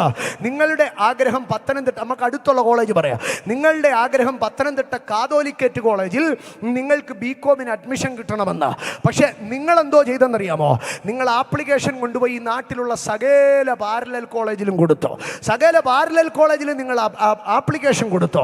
എന്നിട്ട് ക്ലാസ് തുടങ്ങിയപ്പോൾ നിങ്ങൾ കാതോലിക്കേറ്റ് കോളേജിൽ ചെന്നിട്ട് പറയുക, ഞാനും ആപ്ലിക്കേഷൻ കൊടുത്തായിരുന്നു, 1000 ആപ്ലിക്കേഷൻ കൊടുത്തു, നാട്ടിലുള്ള എല്ലാ പാരലൽ കോളേജിലും ആപ്ലിക്കേഷൻ കൊടുത്തു. കാതോലിക്കേറ്റ് കോളേജിൽ ഇരിക്കുന്ന MG യൂണിവേഴ്സിറ്റി അംഗീകരിച്ച യൂണിവേഴ്സിറ്റി അധികാരത്തിൽ പറയും, നിങ്ങളുടെ ആപ്ലിക്കേഷൻ ഇവിടെ കിട്ടിയിട്ടില്ല. അതാ ഞാൻ പറഞ്ഞത്, സത്യമായ സ്നാനം ഒന്നേ ഉള്ളൂ. പിതാവിൻ്റെയും പുത്രൻ്റെയും പരിശുദ്ധാത്മാവിൻ്റെ നാമത്തിൽ വിശ്വസിച്ചിട്ട് പാപങ്ങളുടെ മോചനത്തിനായി ഏൽക്കുന്ന സ്നാനം. ആ സ്നാനം എല്ലാവരും ഏൽക്കത്തില്ല. കാഴ്ച ലഭിച്ചവൻ എഴുന്നേറ്റു, സ്നാനപ്പെട്ടു. സ്തോത്ര. കാഴ്ച ലഭിച്ചാൽ 1 അവൻ പാരമ്പര്യത്തിൽ നിന്ന് എഴുന്നേക്കുക, 2 അവൻ സ്നാനപ്പെടും. 3 എന്താണ് ചെയ്തതെന്നറിയാം? എന്നറിയാമോ? ആഹാരം കൈക്കൊണ്ടോ. കേട്ടോ, കണ്ണ് തുറന്നാലേ ആഹാരം കൈക്കൊള്ളത്തുള്ളൂ. അല്ലെങ്കിൽ പറയും, ഓ ബൈബിളൊക്കെ എന്തോ പറയാനാ, നമുക്കിതൊക്കെ അറിയാം, എങ്ങനെ ആയിരുന്നാലും നല്ലവനായിട്ട് ജീവിക്കുന്നവനൊക്കെ സ്വർഗത്തിൽ പോകും, അതിൽ കൂടുതൽ ഇപ്പം എന്തോ പഠിക്കാനാ, ഇതൊക്കെ ഇങ്ങനെ അങ്ങ് പറഞ്ഞുകൊണ്ടിരിക്കുക. വല്ല പണിക്കുമ്പോൾ കൂടെ ഈ പുള്ളിക്കൊക്കെ നോ, അവൻ ആഹാരം കൈക്കൊള്ളത്തില്ല. അവനിങ്ങനെ പാല് കുടിച്ചുകൊണ്ട് യേശു നല്ലവനെ, യേശു നല്ലവനെ, യേശു നല്ലവനെ, നോ. അവൻ്റെ കണ്ണ് തുറന്ന് അവൻ എന്ത് ചെയ്യത്തുള്ളൂ? ആഹാരം കൈക്കൊള്ളത്തുള്ളൂ, വചനത്തിൻ്റെ ആഴത്തിലേക്ക് പോകത്തുള്ളൂ, അവൻ ദൈവകൃപയുടെ ആഴത്തിലേക്ക് പോകത്തുള്ളൂ. ആമേൻ. അവന് കാഴ്ച ലഭിച്ചപ്പോൾ അവൻ എഴുന്നേറ്റു, അവൻ സ്നാനപ്പെട്ടു. 3, അവൻ ആഹാരം കൈക്കൊണ്ടു. ദൈവവചനത്തെ, ഉപദേശത്തെ, സത്യ ഉപദേശത്തെ, മാനസാന്തര സ്നാനം, പരിശുദ്ധാത്മാഭിഷേകം, വേർപാട്, വിശുദ്ധി, അപ്പം നുറുക്കൽ, കർത്താവിൻ്റെ മടങ്ങിവരവ്, സ്തോത്രം, ഈ ആഹാരത്തെ കൈക്കൊള്ളത്തുള്ളൂ. ഇന്ന് പലരും ചോദിക്കുക, ഹർമഗദോൻ എപ്പോഴാ, ഗോഗുമാഗോഗ് എപ്പോഴാ? നമ്മുടെ കർത്താവ് നമ്മുടെ ഈ കാലത്ത് വല്ലതും ഗോഗുമാഗോഗ് സംഭവിക്കുമോ? നീ ആദ്യം ആഹാരം കൈക്കൊള്ള്. സ്തോത്ര. എപ്പോഴാ കർത്താവ് ഒലിവുമലയിൽ വരുന്നത്? ആർക്കറിയാം? നോ, നീ ആഹാരം കൈക്കൊള്ളണം. എങ്കിൽ മാത്രമേ, അങ്ങനെയെങ്കിൽ 4ാമത് കാഴ്ച പ്രാപിക്കുന്നവൻ എന്ത് സംഭവിക്കുക? കാഴ്ച പ്രാപിക്കുന്നവൻ ബലം പ്രാപിക്കുകയും ചെയ്തോ. He will be A strong Christian. കാഴ്ച ലഭിച്ചവൻ ആരായിരിക്കും എന്നറിയോ? അവൻ ബലമുള്ള ക്രിസ്ത്യാനിയായിരിക്കുക. കാറ്റ് വന്നാലും, കടലിളകിയാലും, പ്രതിസന്ധി വന്നാലും, അപമാനം വന്നാലും, ആക്ഷേപം വന്നാലും, പ്രശ്നങ്ങൾ വന്നാലും, വെല്ലുവിളികൾ വന്നാലും, ലോകം മുഴുവൻ പ്രതികൂലമായാലും, സാഹചര്യങ്ങൾ മുഴുവൻ അസ്ഥിരപ്പെട്ടാലും അവൻ്റെ ഹൃദയം വിറയ്ക്കത്തില്ല. കാരണം സ്തോത്രം, അവൻ ബലം പ്രാപിച്ചവനോ, അവൻ ബലം പ്രാപിച്ചവനാണ്. സ്തോത്രം. അപ്പോൾ കാഴ്ച ലഭിച്ചാലുള്ള 4 കാര്യങ്ങൾ: എഴുന്നേൽക്കും, സ്നാനമേൽക്കും, ആഹാരം കഴിക്കും, ബലം പ്രാപിക്കും. ഇനി കാഴ്ച ലഭിക്കുന്നതിന് മുമ്പ് പൗലോസ് ആരായിരുന്നു? കാഴ്ച ലഭിക്കുന്നതിന് മുമ്പ് പൗലോസ്, ആ അധ്യായം 9-ാം അധ്യായം ആരംഭം ഒന്ന് വായിച്ചാൽ മതി, വളരെ വ്യക്തമായിട്ട്. ഞാൻ അതിൻ്റെ 7 കാര്യങ്ങളെ വേഗത്തിൽ പറയാം. 9-ാം അധ്യായം 1-ാം വാക്യം. പൗലോസ്, ശൗൽ ഭീഷണിയെ നിശ്വസിക്കുന്നവനായിരുന്നു. കാഴ്ച ലഭിക്കാത്തവൻ എപ്പോഴും എന്തോ എന്നറിയാമോ? ഭീഷണിയെ നിശ്വസിക്കുന്നവനായിരിക്കുക. എല്ലാറ്റിനും ഭീഷണിയായിരിക്കും. മര്യാദയ്ക്ക് പഠിച്ചില്ല, അതിനെ ചെവിക്ക് പിടിച്ച് തോട്ടിലെറിയും. ഇതെവിടെ ആരംഭിക്കുന്നതെന്ന് അറിയാവോ? വീട്ടിൽ മക്കളുടെ അടുക്കൽ, ഭാര്യയുടെ അടുക്കൽ പറയും, മര്യാദയ്ക്ക് നിന്നില്ലെങ്കിൽ നിന്നെ പറഞ്ഞ് നിന്റെ വീട്ടിൽ വിടും. കണ്ടോ, ഭീഷണി നിശ്വസിക്കും. അപ്പനോടും അമ്മയോടും പറയും, തള്ള മര്യാദയ്ക്ക് നിന്നില്ലെങ്കിൽ നിങ്ങളെ ഞാൻ തിരിഞ്ഞു നോക്കത്തില്ല കേട്ടോ. ആരോടും ഇവൻ്റെ ഭാഷ എന്തായിരിക്കുമെന്നറിയാമോ? ഭീഷണിയായിരിക്കും. അതിൻ്റെ കാരണം എന്താണെന്നറിയാമോ? ആളുടെ കണ്ണ് അടിച്ചു പോയതാ. 2ാമത് ഭീഷണി മാത്രമല്ല, 2ാമത് അവൻ കൊലയും നിശ്വസിച്ചു. നശിപ്പിക്കണം, ഇല്ലാതാക്കണം. ഒന്നുകിൽ ഞാൻ ചാവണം, അല്ലെങ്കിൽ അവനെ കൊല്ലണം, ഇല്ലായ്മ ചെയ്യണം. ഇതാണ്, തകർക്കണം, നിർമൂലമാക്കണം. ഒരു മനുഷ്യൻ്റെ ജീവിതത്തിൽ അവൻ കണ്ണ് അടഞ്ഞു പോയാൽ അവൻ കൊലപാതകമായിരിക്കും. വീണ്ടും 9-ാം അധ്യായം 2-ാം വാക്യത്തിലേക്ക് വരുമ്പോൾ അവിടെ പറയുകയാണ്, ദമസ്കോസിൽ ഈ മാർഗക്കാരായ വല്ല പുരുഷന്മാരെയോ സ്ത്രീകളെ കണ്ടാൽ അവരെ പിടിച്ചു കിട്ടി യെരൂശലേമിലേക്ക് കൊണ്ടുവരണം. മനസ്സിനകത്ത് മുഴുവൻ വർഗീയതയാണ്, മനസ്സിനകത്ത് മുഴുവൻ മതഭ്രാന്ത. ആ മാർഗക്കാരെ കണ്ടാൽ, ഇന്ന് രാത്രി ഞാൻ പറയട്ടെ, ക്രിസ്ത്യാനിത്വം ഒരിക്കലും ഒരു മതത്തെ നശിപ്പിക്കാനല്ല, പകരം മാനവനെ നന്നാക്കാനുള്ളതാണ്. ഒരുത്തൻ ക്രിസ്ത്യാനിയാകുന്നത് വേറൊരുത്തൻ്റെ പള്ളി പൊളിക്കാനല്ല, വേറൊരുത്തൻ്റെ ക്ഷേത്രം മാന്താനല്ല, അവൻ മനുഷ്യനെ നന്നാക്കാനാണ് ക്രിസ്ത്യാനിയാകുന്നത്. അവൻ്റെ കണ്ണുകൾ തുറക്കും, മനുഷ്യനെ സ്നേഹിക്കാൻ പഠിപ്പിക്കും. സ്തോത്രം. അടുത്തത് 4-ാമത്തെ ഭാഗം പറയാം. ഈ മാർഗക്കാരെ ആരെങ്കിലും കണ്ടാൽ ഉടനെ എന്തോ ചെയ്യുന്നറിയാവോ? പിടിച്ചു കെട്ടും. കണ്ണ് തുറക്കാത്തവൻ്റെ പ്രത്യേകത എന്താണെന്നറിയാവോ? പിടിച്ചു കെട്ടും. അതുകൊണ്ടല്ലേ പണ്ട് കാലത്തിലൊക്കെ ആരെങ്കിലും പെന്തക്കോസി വന്നു കഴിഞ്ഞാൽ ഈ കാഴ്ചയില്ലാത്തവരൊക്കെ പറയും, അമ്മേൻ 2 ആങ്ങളമാർ 3 ആങ്ങളമാരൊക്കെ ഉണ്ട്, ഒരു പെങ്ങളാണ് രക്ഷിക്കപ്പെട്ടതെങ്കിൽ അവളെ 3 മാസമൊക്കെ മുറിക്കകത്ത് പൂട്ടിയിടും. ആ ഭാര്യയെ പൂട്ടിയിടുന്ന ഭർത്താവ്, കുടുംബക്കാരെ പൂട്ടിയിടുന്ന കുടുംബക്കാര്. ഇതെന്താ ഈ പൂട്ടിയിട്ടെന്നറിയാവോ? കണ്ണ് തുറന്നില്ല. പൂട്ടിയിട്ട് കുറേ നാൾ അവൻ്റെ കണ്ണ് തുറന്നപ്പം പിന്നെ അവർ കുടുംബസമേതമുള്ള കൺവെൻഷനെല്ലാം പോകാൻ തുടങ്ങി. ഇന്ന് രാത്രി ഞാൻ പറയട്ടെ, പിടിച്ചു കെട്ടും. ജീവിതത്തിൽ മറ്റൊരുത്തൻ എന്ത് ചെയ്യത്തില്ല? സ്വാതന്ത്ര്യം കൊടുക്കത്തില്ല. എല്ലാം പിടിച്ചു കെട്ടും, അധികാരം പിടിച്ചു കെട്ട്. ഇതിൻ്റെ കാരണം അവൻ്റെ കണ്ണു തുറക്കാത്തതാണ്. വീണ്ടും 9-ാം അധ്യായം 2-ാം വാക്യം. ഇവിടെ ഈ മനുഷ്യൻ മഹാപുരോഹിതന്മാരുടെ അടുക്കൽ ചെന്ന് അധികാരപത്രം വാങ്ങി. ഇതിൽ നിന്നൊക്കെ ഒത്തിരി പറയാനുണ്ട്, ഞാൻ വേഗത്തിൽ പോകുക. അപ്പൊ ഇവന്റെ അധികാരം മുഴുവൻ എവിടെ നിന്നാണെന്നറിയാമോ? ഇവന്റെ അധികാരം മുഴുവൻ മുഴുവൻ മനുഷ്യരുടെ അധികാരത്തിലാണ്. നമ്മുടെ കുടുംബത്തിൽ 4 പേര് സെക്രട്ടേറിയറ്റിലുണ്ടെന്ന് എന്തെങ്കിലും ആവശ്യമുണ്ടെങ്കിൽ പറഞ്ഞാൽ മതിയേ. ഇവൻ ഭ്രമിക്കുന്നത് മുഴുവൻ എന്തിനകത്താണെന്നറിയാമോ? മാനുഷിക അധികാരത്തിലാണ് ഭ്രമിക്കുന്നത്. ഇനി കാഴ്ചയില്ലാത്തവന്റെ 6ാമത്തെ പ്രത്യേകത, സ്തോത്രം, അതിൻ്റെ 8ാം വാക്യത്തിലേക്ക് വരുമ്പോൾ, സ്തോത്രം, അവൻ 3 ദിവസം 8ാം വാക്യം, ശൗൽ നിലത്തു നിന്ന് എഴുന്നേറ്റ് കണ്ണു തുറന്നാറേ ഒന്നും കണ്ടില്ല. അവർ അവനെ കൈക്ക് പിടിച്ച് ദമസ്കോസിൽ കൊണ്ടുപോയി. എടാ നീ എന്തിനാ ദമസ്കോസിലോട്ട് പോയേ? എനിക്കറിയത്തില്ല. എടാ നീ എന്തിനാ ബാംഗ്ലൂർ പഠിക്കാൻ പോയ? കൂട്ടുകാരെല്ലാം പോയി, ഞാനും കൂടെ പോയി. എടാ നീ എന്തിനാ ഇപ്പം ഇത് ചെയ്തേ? എല്ലാവരും ചെയ്തോണ്ട് ഞാനും ചെയ്തു. അവന് സ്വന്തമായിട്ടുള്ള ഒരു കാഴ്ചപ്പാടുണ്ടാകത്തില്ല. അവന് സ്വന്തമായിട്ടുള്ള അച്ചായ സ്നാനപ്പെടുന്നില്ലേ? അവള് സ്നാനപ്പെടുമ്പോൾ ഞാൻ സ്നാനപ്പെടാമെന്ന് ചിന്തിച്ചിരിക്കുക. അവർ കൈക്ക് പിടിച്ചാൽ ഞാനും കൂടെ പോകാമെന്ന് പറഞ്ഞിരിക്കുക. മക്കളെ, നീ നന്നാവുന്നില്ലയോ? ഞങ്ങളുടെ കൂട്ടുകാരെല്ലാം കൂടെ കൂടി നിർത്തുമ്പോൾ ഞാനും കൂടെ കൂടി നിർത്താമെന്ന് പറഞ്ഞിരിക്കുക. അവർ കൈക്ക് പിടിച്ചാൽ അവരെങ്ങോട്ട് പോകുന്നോ ഞാൻ അങ്ങോട്ട് പോകുക. ലോകത്തിൻ്റെ ട്രെൻഡ് എന്താണോ അതിനനുസരിച്ച് ഞാൻ അങ്ങനെ പോകുക. സഭയുടെ ട്രെൻഡ് എന്താണോ അതനുസരിച്ച് ഞാൻ അങ്ങനെ പോകുക.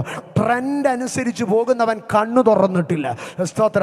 ഇനി അടുത്ത ഒരു ഭാഗം കൂടെ ഞാൻ പറയാം. 9-ാം അധ്യായം 9-ാം വാക്യം. അവിടെ ഇങ്ങനെയാണ് പറയുന്നത്, അവൻ 3 ദിവസം കണ്ണു കാണാതെയും തിന്നുകയോ കുടിക്കുകയോ ചെയ്യാതെ ഇരുന്നു. കാഴ്ച പോയി കഴിഞ്ഞാൽ പിന്നെ അവൻ എന്ത് ചെയ്യത്തില്ല? തിന്നത്തുമില്ല, കുടിക്കത്തുമില്ല എന്ന് പറഞ്ഞ ദൈവത്തിൻ്റെ വചനത്തിൽ നിന്ന്, സ്തോത്ര, അവൻ അനുഭവിക്കത്തില്ല. തിന്നുകയും കുടിക്കുകയും ചെയ്യുക എന്ന് പറയുന്നത് അടുത്ത ഭാഗം അതിൻ്റെ മർമ്മത്തിലേക്ക് വരുമ്പോൾ അത് ദൈവസഭയുടെ കൂട്ടായ്മയെ കാണിക്കുകയാണ്. അവർ അപ്പം തിന്നുകയും കൂട്ടായ്മ ആചരിക്കുകയും ചെയ്തോ. ഇതിൽ നിന്ന് തിന്നുകയും കുടിക്കുകയും ചെയ്യുന്നവൻ, സ്തോത്രം, യേശു കർത്താവ് തന്നെ കാണിച്ചു കൊടുക്കുന്ന രാത്രിയിൽ അപ്പമെടുത്ത് സ്തോത്രം ചൊല്ലി നുറുക്കിയിട്ട് പറഞ്ഞു, വാങ്ങി ഭക്ഷിപ്പീൻ എന്ന് പറഞ്ഞു. അവണ്ണം തന്നെ അത്താഴം കഴിഞ്ഞ ശേഷം അവൻ പാനപാത്രം എടുത്തിട്ട് വാങ്ങി കുടിപ്പീൻ എന്ന് പറഞ്ഞു. ആമേൻ. കൂട്ടായ്മയുടെ ബന്ധം. ആമേൻ. കാഴ്ച നഷ്ടപ്പെട്ടവൻ ഈ കൂട്ടായ്മ ഉണ്ടാകത്തില്ല. സ്തോത്രം. കണ്ടോ, 7 പ്രശ്നങ്ങളിൽ കിടന്ന ഈ മനുഷ്യന് കാഴ്ച ലഭിച്ചപ്പോൾ എഴുന്നേറ്റ് സ്നാനപ്പെട്ട് ആഹാരം കഴിച്ച് ബലം പ്രാപിച്ചു. ഈ രാത്രികാലം കറിക്കാട്ടൂർ കൺവെൻഷൻ്റെ 42-ാം സംവത്സരത്തിൻ്റെ സമാപന രാത്രിയിൽ ഞാൻ പറയട്ടെ, കഴിഞ്ഞ 4 ദശാബ്ദങ്ങളായി എത്രയോ അഭിഷക്ത കർത്തൃദാസന്മാർ ഇവിടെ വന്ന് പ്രസംഗിച്ചിട്ട് നിന്റെ കണ്ണു തുറന്നില്ലെങ്കിൽ, ഈ വചനം മുഴുവൻ നിന്റെ കാതിലടിച്ചിട്ടോ, ഈ ബൈബിൾ മുഴുവൻ നിന്റെ തലയ്ക്കകത്ത് കയറിയിട്ടോ, ഇതുവരെയും നിന്റെ കണ്ണു തുറന്നില്ലെങ്കിൽ കഷ്ടം. നിന്റെ കണ്ണുകൾ തുറക്കട്ടെ. ഈ രാത്രി യേശു കർത്താവ് വരാറായി. ന്യായവിധിയുടെ വാൾ അവൻ്റെ കരങ്ങളിലുണ്ട്. നമുക്ക് നമ്മുടെ കണ്ണുകളെ തുറക്കാം. എൻ്റെ സമയം അവസാനിക്കുമ്പോൾ ഞാൻ വേഗത്തിൽ നിർത്തട്ടെ. എഫെസ്യ ലേഖനം 1:18 വരുമ്പോൾ കണ്ണു തുറന്നാലുള്ള അടുത്ത പ്രത്യേകതയെ ഞാൻ കാട്ടിത്തരാം. സ്തോത്ര. എഫെസ്യ ലേഖനം 1:18 അവിടെ ഇങ്ങനെയാണ് പറയുന്നത്, സ്തോത്ര, നിങ്ങളുടെ ഹൃദയദൃഷ്ടി പ്രകാശിച്ചിട്ട്, സ്തോത്രം, 19-ാം വാക്യം, വിശ്വസിക്കുന്ന നമുക്ക് വേണ്ടി വ്യാപരിക്കുന്ന അവൻ്റെ ശക്തിയുടെ അളവറ്റ വലിപ്പം. അതിനകത്തും ആ വാക്യത്തിൽ 2 വാക്യങ്ങളിൽ ഒത്തിരി കാര്യം പറയാനുണ്ട്. പക്ഷെ ഞാൻ അതിൽ ഒറ്റ കാര്യം മാത്രം പറയുകയാണ്.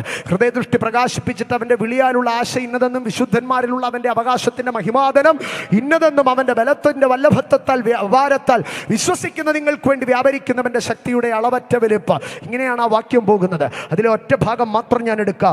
കണ്ണു തുറന്നാൽ അവൻ ഒരു കാര്യം അറിയാൻ തുടങ്ങുക, വിശ്വസിക്കുന്ന എനിക്ക് വേണ്ടി വ്യാപരിക്കുന്ന ദൈവശക്തിയുടെ അളവറ്റ വലിപ്പം. അതല്ലേ ആമേൻ. എലീശ പ്രാർത്ഥിക്കുകയാണ്, ഇവൻ്റെ കണ്ണു തുറക്കണമെന്ന്. കണ്ണു തുറക്കുന്നിടം വരെ ഇവൻ എന്തുവാ പറഞ്ഞുകൊണ്ടിരുന്നതെന്നറിയാവോ? കർത്താവേ, യജമാനരെ, അരാമ്യ സൈന്യം വരുന്നു, അവരുടെ കയ്യിൽ യുദ്ധങ്ങളുടെ ആയുധങ്ങളുണ്ട്, രഥങ്ങളുണ്ട്, കുതിരയുണ്ട്. അവരിപ്പം നമ്മളെ കൊല്ലും, അവരിപ്പം നമ്മളെ കൊല്ലും. ഭയമാണ്. പക്ഷെ കണ്ണു തുറന്നു കഴിഞ്ഞപ്പോൾ ഈ മനുഷ്യനങ്ങോട്ട് പറയാൻ തുടങ്ങി, യജമാനനെ നമുക്കൊന്നും സംഭവിക്കത്തില്ല. ഞാൻ കാണുന്നുണ്ട് സ്വർഗത്തിൽ നിന്ന് അഗ്നിമയമായ രഥങ്ങളും കുതിരകളോ, ഇതാ നമുക്ക് വേണ്ടി സ്വർഗീയ സൈന്യം കാവൽ നിൽക്കുന്നു, സ്വർഗീയ സൈന്യം ഇറങ്ങി വന്നിരിക്കുന്നു. കണ്ണു തുറക്കുന്നവൻ മനുഷ്യനെ ഭയപ്പെടത്തില്ല, കണ്ണു തുറക്കുന്നവൻ പിശാചിനെ ഭയപ്പെടത്തില്ല. യഹോവ ഭക്തന് ദൃഢ ധൈര്യമുണ്ടായിരിക്കുക. ഞാൻ വേഗത്തിൽ അവസാനിപ്പിക്കട്ടെ. സ്തോത്ര. 119-ാം സങ്കീർത്തനം 18-ാം വാക്യം ഒരു ഭാഗം കൂടെ പറയത്തുള്ളൂ. ഇത് അവസാനത്തിന് തൊട്ടു മുമ്പുള്ള ഭാഗം, സെക്കൻഡ് ലാസ്റ്റ് ആയിട്ട് 119-ാം സങ്കീർത്തനം അതിൻ്റെ 18-ാം വാക്യം. അവിടെ ഇങ്ങനെയാണ് പറയുന്നത്, നിന്റെ ന്യായപ്രമാണത്തിലെ അത്ഭുതങ്ങളെ കാണേണ്ടതിന് എൻ്റെ കണ്ണുകളെ തുറക്കണമേ. കണ്ണുകൾ തുറന്നു കഴിഞ്ഞാൽ ഈ പുസ്തകം പുസ്തകം ഒരു സാധാരണ പുസ്തകമായിരിക്കത്തില്ല. ഇത് അത്ഭുതങ്ങളുടെ പുസ്തകമായിരിക്കുക, ഇത് രോഗശാന്തിയുടെ പുസ്തകമായിരിക്കുക, ഇത് വിടുതലിൻ്റെ പുസ്തകമായിരിക്കുക, ഇത് തലമുറകളുടെ അനുഗ്രഹത്തിൻ്റെ പുസ്തകമായിരിക്കുക, ഇത് രാജ്യങ്ങളുടെ വിടുതലിൻ്റെ പുസ്തകമായിരിക്കുക, ഇത് നിരാശകൾ മാറുന്ന പുസ്തകമായിരിക്കുക, ഇത് ബന്ധനങ്ങൾ അഴിക്കുന്ന പുസ്തകമായിരിക്കുക. കണ്ണു തുറന്നാൽ നിന്റെ ന്യായപ്രമാണത്തിൽ നിന്ന് ഞാൻ അത്ഭുതങ്ങളെ കാണാൻ തുടങ്ങും. ഇന്ന് രാത്രി ഞാൻ ചോദിക്കട്ടെ, ഈ ന്യായപ്രമാണത്തിൽ നിന്ന് നീ അത്ഭുതങ്ങളെ കണ്ടിട്ടുണ്ടോ? ഈ ദൈവത്തിൻ്റെ വചനത്തിൽ നിന്ന് നീ മിറക്കിൾസിനെ കണ്ടിട്ടുണ്ടോ? ഒരു കൂട്ടർ പറയോ, ആമേൻ, ഞങ്ങളുടെ ജീവിതത്തിലെ സകല അത്ഭുതത്തിൻ്റെ ആരംഭം ഈ പുസ്തകത്തിൽ നിന്നായിരുന്നു. ഇന്ന് രാത്രി പറയാൻ കഴിവുള്ളവർ ആ തിരുവെഴുത്തുകളെ ഒന്ന് കരങ്ങളിൽ ഉയർത്തിയൊരു സ്തോത്രം പറഞ്ഞ്, എൻ്റെ ജീവിതത്തിൻ്റെ അത്ഭുതം മുഴുവനോ ഈ പുസ്തകത്തിൽ നിന്ന് ആരംഭിച്ചത്. ഇന്ന് രാത്രി ഞാൻ ഈ പുസ്തകത്തെ നെഞ്ചോട് ചേർത്ത് പിടിച്ചിട്ട് പറയാ, എൻ്റെ ജീവിതത്തിലെ അത്ഭുതങ്ങൾ മുഴുവനോ ഈ പുസ്തകത്തിൽ നിന്ന് ആരംഭിച്ചത്. എൻ്റെ ജീവിതത്തിലെ കൃപകൾ മുഴുവനോ ഈ പുസ്തകത്തിൽ നിന്ന് ആരംഭിച്ചത്. ഈ പുസ്തകത്തെ ചുമ്മിയാൽ, ഈ പുസ്തകത്തെ പഠിച്ചാൽ, ഈ പുസ്തകത്തെ തുറന്നാൽ, ഈ പുസ്തകത്തെ വായിച്ചാൽ, രാവേറെ ചെല്ലുമ്പോഴും ഈ പുസ്തകത്തിലെ വാക്യങ്ങളിലേക്ക് കണ്ണു നട്ടിരുന്നാൽ, ഈ പുസ്തകത്തിലെ വെളിപ്പാടുകൾ, വാക്യങ്ങളുടെ വെളിപ്പാടുകൾക്ക് കാത്തിരുന്നാൽ, ഈ രാത്രി ഞാൻ പറയാ, കണ്ണു തുറക്കുന്നവന് ഈ പുസ്തകം വെളിപ്പാടാ. കണ്ണു തുറക്കുന്നവന് ഈ പുസ്തകം അവൻ്റെ ജീവചരിത്രമാ. കണ്ണു തുറക്കുന്നവന് ഈ പുസ്തകം അവൻ്റെ അനുഭവമാ. കണ്ണു തുറക്കുന്നവന് ഈ പുസ്തകം അവൻ്റെ മരുന്നാ. കണ്ണു തുറക്കുന്നവന് ഈ പുസ്തകം അവൻ്റെ പാസ്പോർട്ടാ. കണ്ണു തുറക്കുന്നവന് ഈ പുസ്തകം അവൻ്റെ വാലറ്റാ, പേഴ്സാ. കണ്ണു തുറക്കുന്നവന് ഈ പുസ്തകം അവൻ്റെ വിസയാ. കണ്ണു തുറക്കുന്നവന് ഈ പുസ്തകം അവൻ്റെ ടിക്കറ്റാ. കണ്ണു തുറക്കുന്നവന് ഈ പുസ്തകം അവൻ്റെ ഗ്രാജുവേഷൻ സർട്ടിഫിക്കറ്റാ. കണ്ണു തുറക്കുന്നവന് ഈ പുസ്തകം അവൻ്റെ ഐഡന്റിറ്റിയാണ്. സ്തോത്ര. ഈ പുസ്തകം അത്ഭുതമാ. പലർക്കും ഈ പുസ്തകം സ്തോത്ര പള്ളി പോകാൻ വേണ്ടി കൊണ്ടു നടക്കാൻ ഒരു സാധനമാണ്. പലർക്കും ഈ പുസ്തകം സ്തോത്ര രൂപക്കൂടിൻ്റെ മുമ്പിൽ അലങ്കാരത്തിന് തുറന്നു വെക്കാനുള്ള സാധനമാണ്. പക്ഷെ ഇന്ന് രാത്രി ഞാൻ പറയട്ടെ, ഈ പുസ്തകം നിനക്കൊരു അലങ്കാരമായി രൂപക്കൂടിൻ്റെ മുമ്പിൽ തുറന്നു വെക്കാനാകരുത്. ഇത് നിന്റെ കുടുംബത്തിൻ്റെ ജീവിതത്തിൻ്റെ അത്ഭുതങ്ങളുടെ താക്കോലായി മാറട്ടെ. സ്തോത്ര. കണ്ണു തുറന്നവന് ഇത് അത്ഭുതമാണ്. സ്തോത്ര. ഞാൻ അവസാനിപ്പിക്കട്ടെ. ലൂക്കോസിൻ്റെ സുവിശേഷം 18 അധ്യായത്തിലേക്ക് കടന്നു വരുമ്പോൾ യേശു എരിഹോവിൽ കൂടെ സഞ്ചരിക്കുകയാണ്. എരിഹോവിൽ കൂടെ സഞ്ചരിക്കുമ്പോൾ യേശുവിൻ്റെ അടുക്കൽ ഒരു മനുഷ്യൻ ഓടി വന്നു. ഓടി വന്നിട്ട് അവൻ യേശുവിനോട് പറഞ്ഞ ഒരു ഭാഗമുണ്ട്. എന്തായിരുന്നു അവൻ പറഞ്ഞതെന്നറിയാമോ? കർത്താവേ, എനിക്ക് കാഴ്ച കിട്ടണം. ലൂക്കോസ് 18:41. കർത്താവേ, എനിക്ക് കാഴ്ച കിട്ടണം. കർത്താവേ, എനിക്ക് കാഴ്ച കിട്ടണം. യേശു അവൻ്റെ അടുക്കൽ ചോദിച്ചോ, എന്താടാ നിനക്ക് കാഴ്ച കിട്ടേണ്ടതിൻ്റെ ആവശ്യം? ആ കാഴ്ച കിട്ടേണ്ടതിൻ്റെ ആവശ്യത്തെക്കുറിച്ച് പറഞ്ഞാൽ 35 വാക്യത്തിലേക്ക് വരുമ്പോൾ അവൻ്റെ 3 അനുഭവങ്ങളെ നമുക്ക് കാണുവാൻ കഴിയുക. ഒരുത്തന് കാഴ്ച കിട്ടിയില്ലെങ്കിലുള്ള 3 അനുഭവം. 35 വാക്യത്തിൽ യേശു എരിഹോവിനടുത്തപ്പോൾ ഒരു കുരുടൻ എരന്നുകൊണ്ട് വഴിയരികെ ഇരുന്നിരുന്നു. ആമേൻ. കാഴ്ച നഷ്ടപ്പെട്ടവൻ്റെ ജീവിതത്തിൽ അവൻ എന്ത് ചെയ്യുമെന്നറിയാമോ? അവൻ എരക്കും. അവൻ എപ്പോഴും ജീവിതത്തിൽ ദാരിദ്ര്യമായിരിക്കുക. അവൻ മറ്റുള്ളവരോട് ചോദിക്കുക. അവൻ മറ്റുള്ളവരോട് ചോദിച്ചുകൊണ്ടേയിരിക്കുക. വീണ്ടും അടുത്തതായിട്ട് പറയുകയാണ്, അവൻ വഴിയരികെ ഇരുന്നിരുന്നു. അവൻ വീട്ടിലല്ല, വഴിയരികെ എന്ന് പറഞ്ഞ വഴിയെന്ന് പറഞ്ഞാൽ എന്തിനു വേണ്ടിയുള്ളതാ? മനുഷ്യന് ചലിക്കാൻ, മനുഷ്യന് മൂവ് ചെയ്യാൻ വേണ്ടിയുള്ള സ്ഥലമാണ്. പക്ഷെ മൂവ് ചെയ്യേണ്ട സ്ഥലത്ത് ഇവനിപ്പോൾ സീറ്റ് ചെയ്യുകയാണ്. ഇന്ന് രാത്രി എന്നെ കേൾക്കുന്നവനെ, നീ എത്ര മൂവ്മെൻ്റ് ഉള്ള സ്ഥലത്തിരുന്നാലും നിന്റെ കണ്ണുകൾ തുറന്നിട്ടില്ലെങ്കിൽ നീ അവിടെ ഇരിക്കുക. എത്ര റിവൈവൽ സംഭവിക്കുന്ന ചർച്ചിനകത്ത് നീ പോയിരുന്നാൽ നിന്റെ കണ്ണുകൾ തുറന്നിട്ടില്ലെങ്കിൽ നീ അവിടെ ഇരിക്കുക. എത്ര വലിയ കോളേജിൽ നിന്നെ കൊണ്ടുപോയി ചേർത്താൽ നിന്റെ കണ്ണുകൾ തുറന്നിട്ടില്ലെങ്കിൽ നീ അവിടെ ഇരിക്കുക. എത്ര വലിയ യൂണിവേഴ്സിറ്റിയിൽ നിന്നെ പഠിപ്പിച്ചാൽ നിന്റെ കണ്ണുകൾ തുറന്നിട്ടില്ലെങ്കിൽ നീ അവിടെ ഇരിക്കുക. അവൻ ഇരിക്കുന്നത് വഴിയില്ല. വഴി എന്ന് പറയുന്നത് ചലിക്കാനുള്ള സ്ഥലമാണ്. സകലവും അനുകൂലമാണ്. പക്ഷെ അവന് മൂവ് ചെയ്യാൻ കഴിയുന്നില്ല. എന്നാൽ യേശു അവനെ തൊട്ടോ, അവന് കാഴ്ച നൽകി. അതിനുശേഷം അവൻ ആ വഴിയിൽ ഇരുന്നിട്ടില്ല. അവൻ യേശുവിനെ അനുഗമിച്ച് ചലിക്കാൻ തുടങ്ങി. 38 വാക്യത്തിലേക്ക് വരുമ്പോൾ അവിടെ ഇങ്ങനെയാണ് എഴുതിയിരിക്കുന്നത്, അവൻ എന്തെങ്കിലും ഒന്ന് പറയാൻ തുടങ്ങിയാൽ, അവൻ എന്തെങ്കിലും ഒന്ന് വിളിക്കാൻ തുടങ്ങി, അവനൊന്നും വേണ്ട, അവനൊന്ന് പ്രാർത്ഥിക്കാൻ തുടങ്ങിയാൽ മതി. അപ്പോഴത്തേക്ക് അവിടെ നിൽക്കുന്നവരെല്ലാം എന്തോ ചെയ്യുമെന്നറിയാവോ? മിണ്ടാതിരിയടാ, മിണ്ടാതിരിയടാ, മിണ്ടാതിരിയടാ. His voice was noise. ഞാനതിനെ ഒറ്റ വാക്കിൽ പറയാം, ഹിസ് വോയിസ് വാസ് നോയിസ്. അവൻ്റെ ശബ്ദം മറ്റുള്ളവർക്ക് എന്തായിരുന്നു? അരോചകമായിരുന്നു. കണ്ണു അടഞ്ഞു പോയവൻ്റെ ജീവിതം മറ്റുള്ളവർക്കൊരു അരോചകമാകുക. നിന്റെ കുടുംബത്തിനൊരു ബാധ്യതയാകുക, നിന്റെ ജീവിത പങ്കാളിക്ക് നീ ഒരു ബാധ്യതയാകുക, നിന്റെ മക്കൾക്ക് നീ ഒരു ബാധ്യതയാകുക, നിന്റെ മാതാപിതാക്കൾക്ക് നീ ഒരു ബാധ്യതയാകുക. പക്ഷേ അവൻ്റെ കണ്ണുകൾ തുറന്നു കഴിഞ്ഞപ്പോൾ അവൻ പിന്നെ ആർക്കും ബാധ്യതയായില്ല. ഇന്ന് രാത്രി എന്നെ കേൾക്കുന്ന എൻ്റെ സ്നേഹിത സഹോദര, ആത്മീയമായോ ഭൗമികമായോ ശാരീരികമായോ നിന്റെ ജീവിതം എവിടെയോ അടഞ്ഞുപോയോ, ഇന്ന് രാത്രി യേശു നിന്റെ കണ്ണുകളെ തുറക്കുകയാ. ആ യെരിഹോവിനെ അരികത്തിരുന്ന മനുഷ്യൻ യേശുവിനെ നോക്കി ഉറക്കെ വിളിച്ചു പറഞ്ഞു, ദാവീദ് പുത്രാ, എന്നോട് കരുണ തോന്നണമേ. കർത്താവിൻ്റെ കരുണയ്ക്ക് അവൻ്റെ കണ്ണുകളെ തുറക്കുവാൻ കഴിഞ്ഞു. ഈ രാത്രി എത്ര പേർ വിശ്വസിക്കുന്നു ദൈവത്തിൻ്റെ കരുണയ്ക്ക് എൻ്റെ കണ്ണുകളെ തുറക്കാൻ കഴിയുമോ? ഇന്ന് രാത്രി ചില കണ്ണുകൾ ഇതിനകത്ത് തുറന്നു വരാൻ പോകുക. വിശ്വസിക്കുന്നവർ പുറം കണ്ണുകളെ അടച്ച് അകം കണ്ണുകൾ തുറന്ന് പ്രാർത്ഥിച്ചാട്ട്, ആത്മസാന്നിധ്യത്തെ തിരിച്ചറിഞ്ഞ് പ്രാർത്ഥിച്ചു തുടങ്ങിയാട്ട്, അന്യഭാഷകളിൽ സംസാരിച്ച് പ്രാർത്ഥിച്ചു തുടങ്ങിയാട്ട്, ഇന്ന് രാത്രി ഇതിനകത്ത് ചില കണ്ണുകൾ തുറക്കാൻ പോവുക. നിങ്ങളുടെ കുടുംബത്തിൽ ചില കണ്ണുകൾ തുറക്കാൻ പോവുക. ഈ ദേശത്തിൽ ചില കണ്ണുകൾ തുറക്കാൻ പോവുക. ഈ ചുറ്റുപാടുകളിൽ ചില കണ്ണുകൾ തുറക്കാൻ പോവുക. ഈ രാത്രി ചില കണ്ണുകൾ തുറക്കുന്ന രാത്രിയാകട്ടെ. നിന്റെ ഭർത്താവിൻ്റെ കണ്ണാകട്ടെ, നിന്റെ ഭാര്യയുടെ കണ്ണാകട്ടെ, ഈ രാത്രി തുറക്കാൻ പോവുക. കണ്ണുകൾ തുറക്കുക എന്ന് പറയുന്നത് സ്തോത്ര, അത് ആത്മമണ്ഡലത്തിൽ മാത്രം സംഭവിക്കുന്നതല്ല, അത് നിന്റെ സകല മേഖലയിൽ സംഭവിക്കുന്നതാണ്.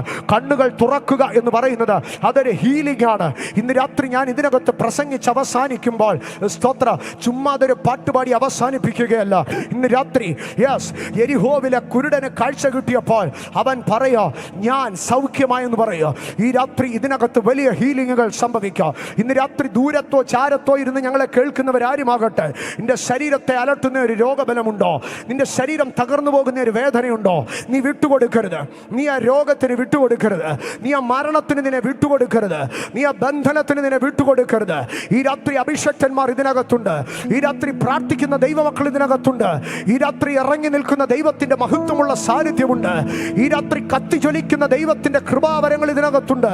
ഈ രാത്രി ചിറക് വിരിച്ചു നിൽക്കുന്ന കെരൂബുകളും സറാഫുകളുമുണ്ട്. ഈ രാത്രി ഈ രാത്രി ഈ രാത്രി ഈ രാത്രി ഈ രാത്രി ഈ രാത്രി വിടുതലിന്റെ രാത്രിയായിരിക്കാം. ഈ രാത്രി വിടുതലിന്റെ രാത്രിയായിരിക്കാം. ഈ രാത്രി സൗഖ്യത്തിന്റെ രാത്രിയായിരിക്കാം. ഈ രാത്രി സന്തോഷത്തിന്റെ രാത്രിയായിരിക്കാം. ഈ രാത്രി സമാധാനത്തിന്റെ രാത്രിയായിരിക്കാം. ഈ രാത്രി ജയത്തിന്റെ രാത്രിയായിരിക്കാം. ഈ രാത്രി അത് ആഗ്രഹിക്കുന്നവർ തങ്ങളുടെ ബൈബിളുകൾ കരങ്ങളിലുണ്ടെങ്കിൽ അത് ആ കസേരയിൽ ഇരിപ്പിടങ്ങളിൽ വെച്ചിട്ട് നിങ്ങൾ മാത്രം ഒന്ന് എഴുന്നേറ്റ് നിന്നാട്ട് ഒരു നിമിഷം ഹൃദയം തുറന്ന് ദൈവത്തോടൊന്ന് പ്രാർത്ഥിച്ച്, ഒരുപക്ഷെ നിങ്ങളുടെ കണ്ണുകൾ തുറന്നിട്ടുണ്ടായിരിക്കാം, പക്ഷേ നിങ്ങളുടെ വീട്ടിൽ, നിങ്ങളുടെ സഹപ്രവർത്തകരിൽ, നിങ്ങളുടെ സ്നേഹിതരിൽ, നിങ്ങളുടെ ചാർച്ചക്കാരിൽ, നിങ്ങളുടെ അയൽപക്കങ്ങളിൽ ആരുടെയെങ്കിലും കണ്ണിന്നും അടഞ്ഞിരിക്കുകയായിരിക്കാം. ഈ രാത്രി അവർക്ക് വേണ്ടി ഒരു നിമിഷം പ്രാർത്ഥിച്ചാട്ടെ. പ്രാർത്ഥന കണ്ണുകളെ തുറക്കുക. എലീശ പ്രാർത്ഥിച്ചോ, ബാല്യക്കാരന്റെ കണ്ണുകൾ തുറന്നോ. ഓ ലബ ഷാർധാനിയ, ഓ ലഗസധാര ധര ശരധരാധിയാന. എലീശ പ്രാർത്ഥിച്ചപ്പോൾ യൗവനക്കാരന്റെ കണ്ണുകൾ തുറന്നോ. ഇതിനകത്ത് ഒരു നല്ല ശതമാനം പ്രാർത്ഥിക്കുന്ന ദൈവമക്കളുണ്ട്. ഇതിനകത്ത് ഒരു നല്ല ശതമാനം കൃപയുള്ള ദൈവമക്കളുണ്ട്. ഞാൻ നിങ്ങളോട് പ്രാർത്ഥിക്കുവാൻ ആവശ്യപ്പെടുകയാണ്. നമുക്ക് ഒരുമിച്ച് പ്രാർത്ഥിക്കാം. ഞാൻ പ്രസംഗിക്കുകയും നിങ്ങൾ കേൾക്കുകയുമല്ല, നമ്മൾ ഒരുമിച്ച് പ്രാർത്ഥിക്കാം. ഞങ്ങൾ പാടുകയും നിങ്ങൾ കേൾക്കുകയുമല്ല, നമുക്ക് ഒരുമിച്ച് പ്രാർത്ഥിക്കാം. 4 ദശാബ്ദങ്ങളായി ആരോഗ്യവും പണവും സമയവും ചെലവഴിച്ച് ഈ ദേശത്തിന്റെ നടുവിൽ സുവിശേഷത്തിന്റെ വിത്ത് വാരി വിതറുന്നെങ്കിൽ, ഈ ദേശത്തിൽ സുവിശേഷത്തിന്റെ വെളിച്ചം വീശുന്നുവെങ്കിൽ, ഈ രാത്രി അതിന്റെ ഫലങ്ങൾ വെളിപ്പെട്ടു വരട്ടെ. ഈ രാത്രി നിന്റെ കണ്ണുകൾ തുറന്നുവെന്ന് ബോധ്യമുണ്ടെങ്കിൽ, ഈ രാത്രി നിന്റെ കണ്ണുകൾ തുറന്നുവെന്ന് ബോധ്യമുണ്ടെങ്കിൽ, എൻ്റെ യേശുവിനെ, ഈ യേശുവിനെ എനിക്ക് രക്ഷകനായി സ്വീകരിക്കണമെന്ന് ആഗ്രഹമുണ്ടെങ്കിൽ, ഒരുപക്ഷെ നീ ദൂരത്തിരുന്ന് കേൾക്കുന്നവനായിരിക്കാം. സ്നേഹിത സഹോദര, നീ ധൈര്യത്തോടെ കടന്നു വാ. ഞങ്ങൾക്ക് മതമില്ല, രാഷ്ട്രീയമില്ല, ഞങ്ങൾക്ക് ജാതിയില്ല, വർണ്ണമില്ല, വർഗമില്ല, വിവേചനമില്ല. ഞങ്ങളൊരു സഭയുടെ വ്യക്താക്കളല്ല, ഞങ്ങൾ ഒരു മാർഗത്തിന്റെ, ഞങ്ങൾ ഒരു പ്രസ്ഥാനത്തിന്റെ വ്യക്താക്കളല്ല. ഞങ്ങൾ ക്രിസ്തുവിനെ പ്രസംഗിക്കുന്നവരാണ്. ഞങ്ങൾ മനുഷ്യനെ മനുഷ്യനായി കാണുന്നവരാണ്. ഞങ്ങൾ ഭാഷ വെച്ച് മനുഷ്യനെ കാണുന്നവനല്ല. ഞങ്ങൾ രാഷ്ട്രീയം വെച്ച് മനുഷ്യനെ കാണുന്നവനല്ല. ഞങ്ങൾ മതം വെച്ച് മനുഷ്യനെ കാണുന്നവനല്ല. ഞങ്ങൾ ജാതി വെച്ച് മനുഷ്യനെ കാണുന്നവനല്ല. ഞങ്ങൾ നിറം നോക്കി മനുഷ്യനെ കാണുന്നവനല്ല. പകരം ഞങ്ങളുടെ അസ്ഥിയിൽ നിന്ന് അസ്ഥിയോ, ഞങ്ങളുടെ മാംസത്തിൽ നിന്ന് മാംസമോ, ഞങ്ങളുടെ രക്തത്തിൽ നിന്ന് രക്തവുമാണ് നിങ്ങൾ ഓരോരുത്തരും എന്ന് തിരിച്ചറിഞ്ഞ് ഇന്ന് രാത്രി സ്നേഹത്തോടെ നിങ്ങളോട് ചോദിക്കുന്നു, ഈ യേശുവിനെ രക്ഷകനായി സ്വീകരിപ്പാൻ നിനക്കൊരുക്കമാണോ? ആമേൻ. അത് പരസ്യമായി ഏറ്റുപറയുവാൻ താല്പര്യമുണ്ടെങ്കിൽ ഈ രാത്രി മുമ്പിലേക്ക് കടന്നു വാ. ഈ രാത്രി മുമ്പിലേക്ക് കടന്നു വാ. ഞങ്ങൾ നിനക്ക് വേണ്ടി പ്രാർത്ഥിക്കാം. നിന്റെ കുടുംബത്തിലെ സാത്താന്യ അധികാരങ്ങൾ അഴിയുന്നത്, നിനക്കെതിരായ പൈശാചിക മണ്ഡലങ്ങൾ അഴിയുന്നത് ഈ രാത്രി സ്പഷ്ടമായി വെളിപ്പെടുത്താം. ഏത് പൈശാചിക കൈവശ മന്ത്രവാദങ്ങൾ ഉണ്ടെങ്കിൽ ഛർദിക്കേണ്ടതാണ് ഛർദിച്ചു പോകുക, എഴഞ്ഞു പോകേണ്ടതാണ് എഴഞ്ഞു പോകുക, നിന്നെ തള്ളിയിട്ട് പോകേണ്ടതാണ് പോകുക. ഇന്ന് രാത്രി ഞാൻ പറയാം, യേശുവിന്റെ മുമ്പിൽ കീഴടങ്ങാത്ത ഒരു അന്ധകാരവുമില്ല. യേശുവിന്റെ മുമ്പിൽ അഴിയാത്ത ഒരു ബന്ധനവുമില്ല. യേശുവിന്റെ മുമ്പിൽ കീഴടങ്ങാത്ത ഒരു ശക്തിയുമില്ല. അതിന്റെ ശക്തി തിരിച്ചറിയുന്ന ദൈവിക അപ്പോസ്തലത്വത്തിന്റെ അഭിഷേകന്മാരാണ് ഞങ്ങൾ.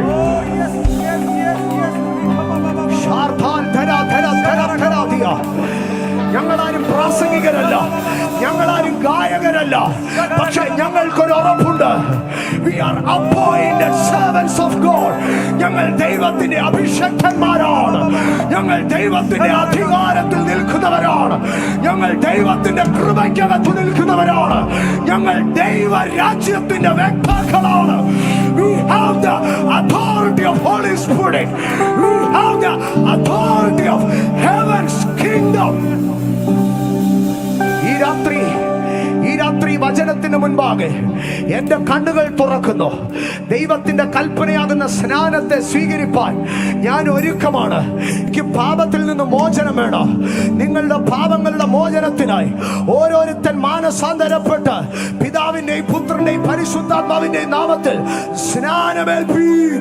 ആ കൽപ്പന അത് ദൈവത്തിന്റെ വചനമാണെന്ന് അംഗീകരിക്കുന്നു. എനിക്ക് സ്നാനമേൽക്കണമെന്ന് ആഗ്രഹമുള്ളവർ ഇതിനകത്തുണ്ടെങ്കിൽ മുൻപോട്ട് വാ. പരസ്യമായി യേശുവിനെ സാക്ഷിക്ക്. ഈ രാത്രി നീ തല ഉയർത്തി യേശുവെന്ന് ഉറക്കപ്പറ.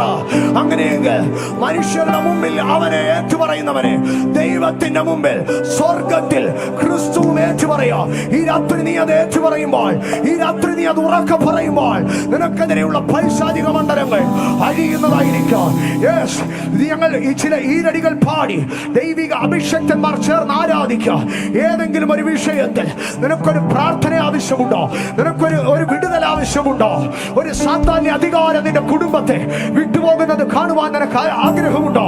ഞങ്ങൾ അഭിഷേകന്മാർ ഇന്ന് രാത്രി ഞങ്ങൾ ഒരുമിച്ച് നിങ്ങൾക്ക് വേണ്ടി പ്രാർത്ഥിക്കാം. വിശ്വാസത്തോടെ നിങ്ങൾ മുമ്പോട്ട് വാ.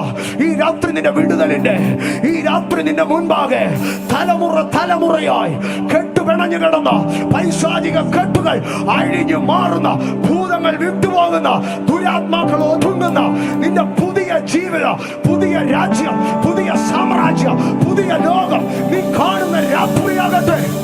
കൃപ ലഭിച്ചവർ അന്യഭാഷകളിൽ സംസാരിച്ചു തുടങ്ങിയോട്ട്, കൃപ ലഭിച്ച ദൈവമക്കൾ അന്യഭാഷകളിൽ സംസാരിച്ചു തുടങ്ങിയോട്ട്, അഭിഷേകത്തിന്റെ അധികാരം ഈ ദേശത്തിന്റെ നടുവ് റിലീസ് ചെയ്ത് പ്രാർത്ഥിച്ചാട്ട്, ഈ കരിക്കാട്ടൂരിന്റെ മണ്ണിൽ അഭിഷേകത്തിന്റെ അധികാരത്തെ റിലീസ് ചെയ്ത് പ്രാർത്ഥിച്ചാട്ട്, ഇതിനകത്ത് നിൽക്കുന്ന അഭിഷേകന്മാരാരും ഒരു കൂട്ടം കൂടി പ്രസംഗം കേട്ടിട്ട് പോകരുത്.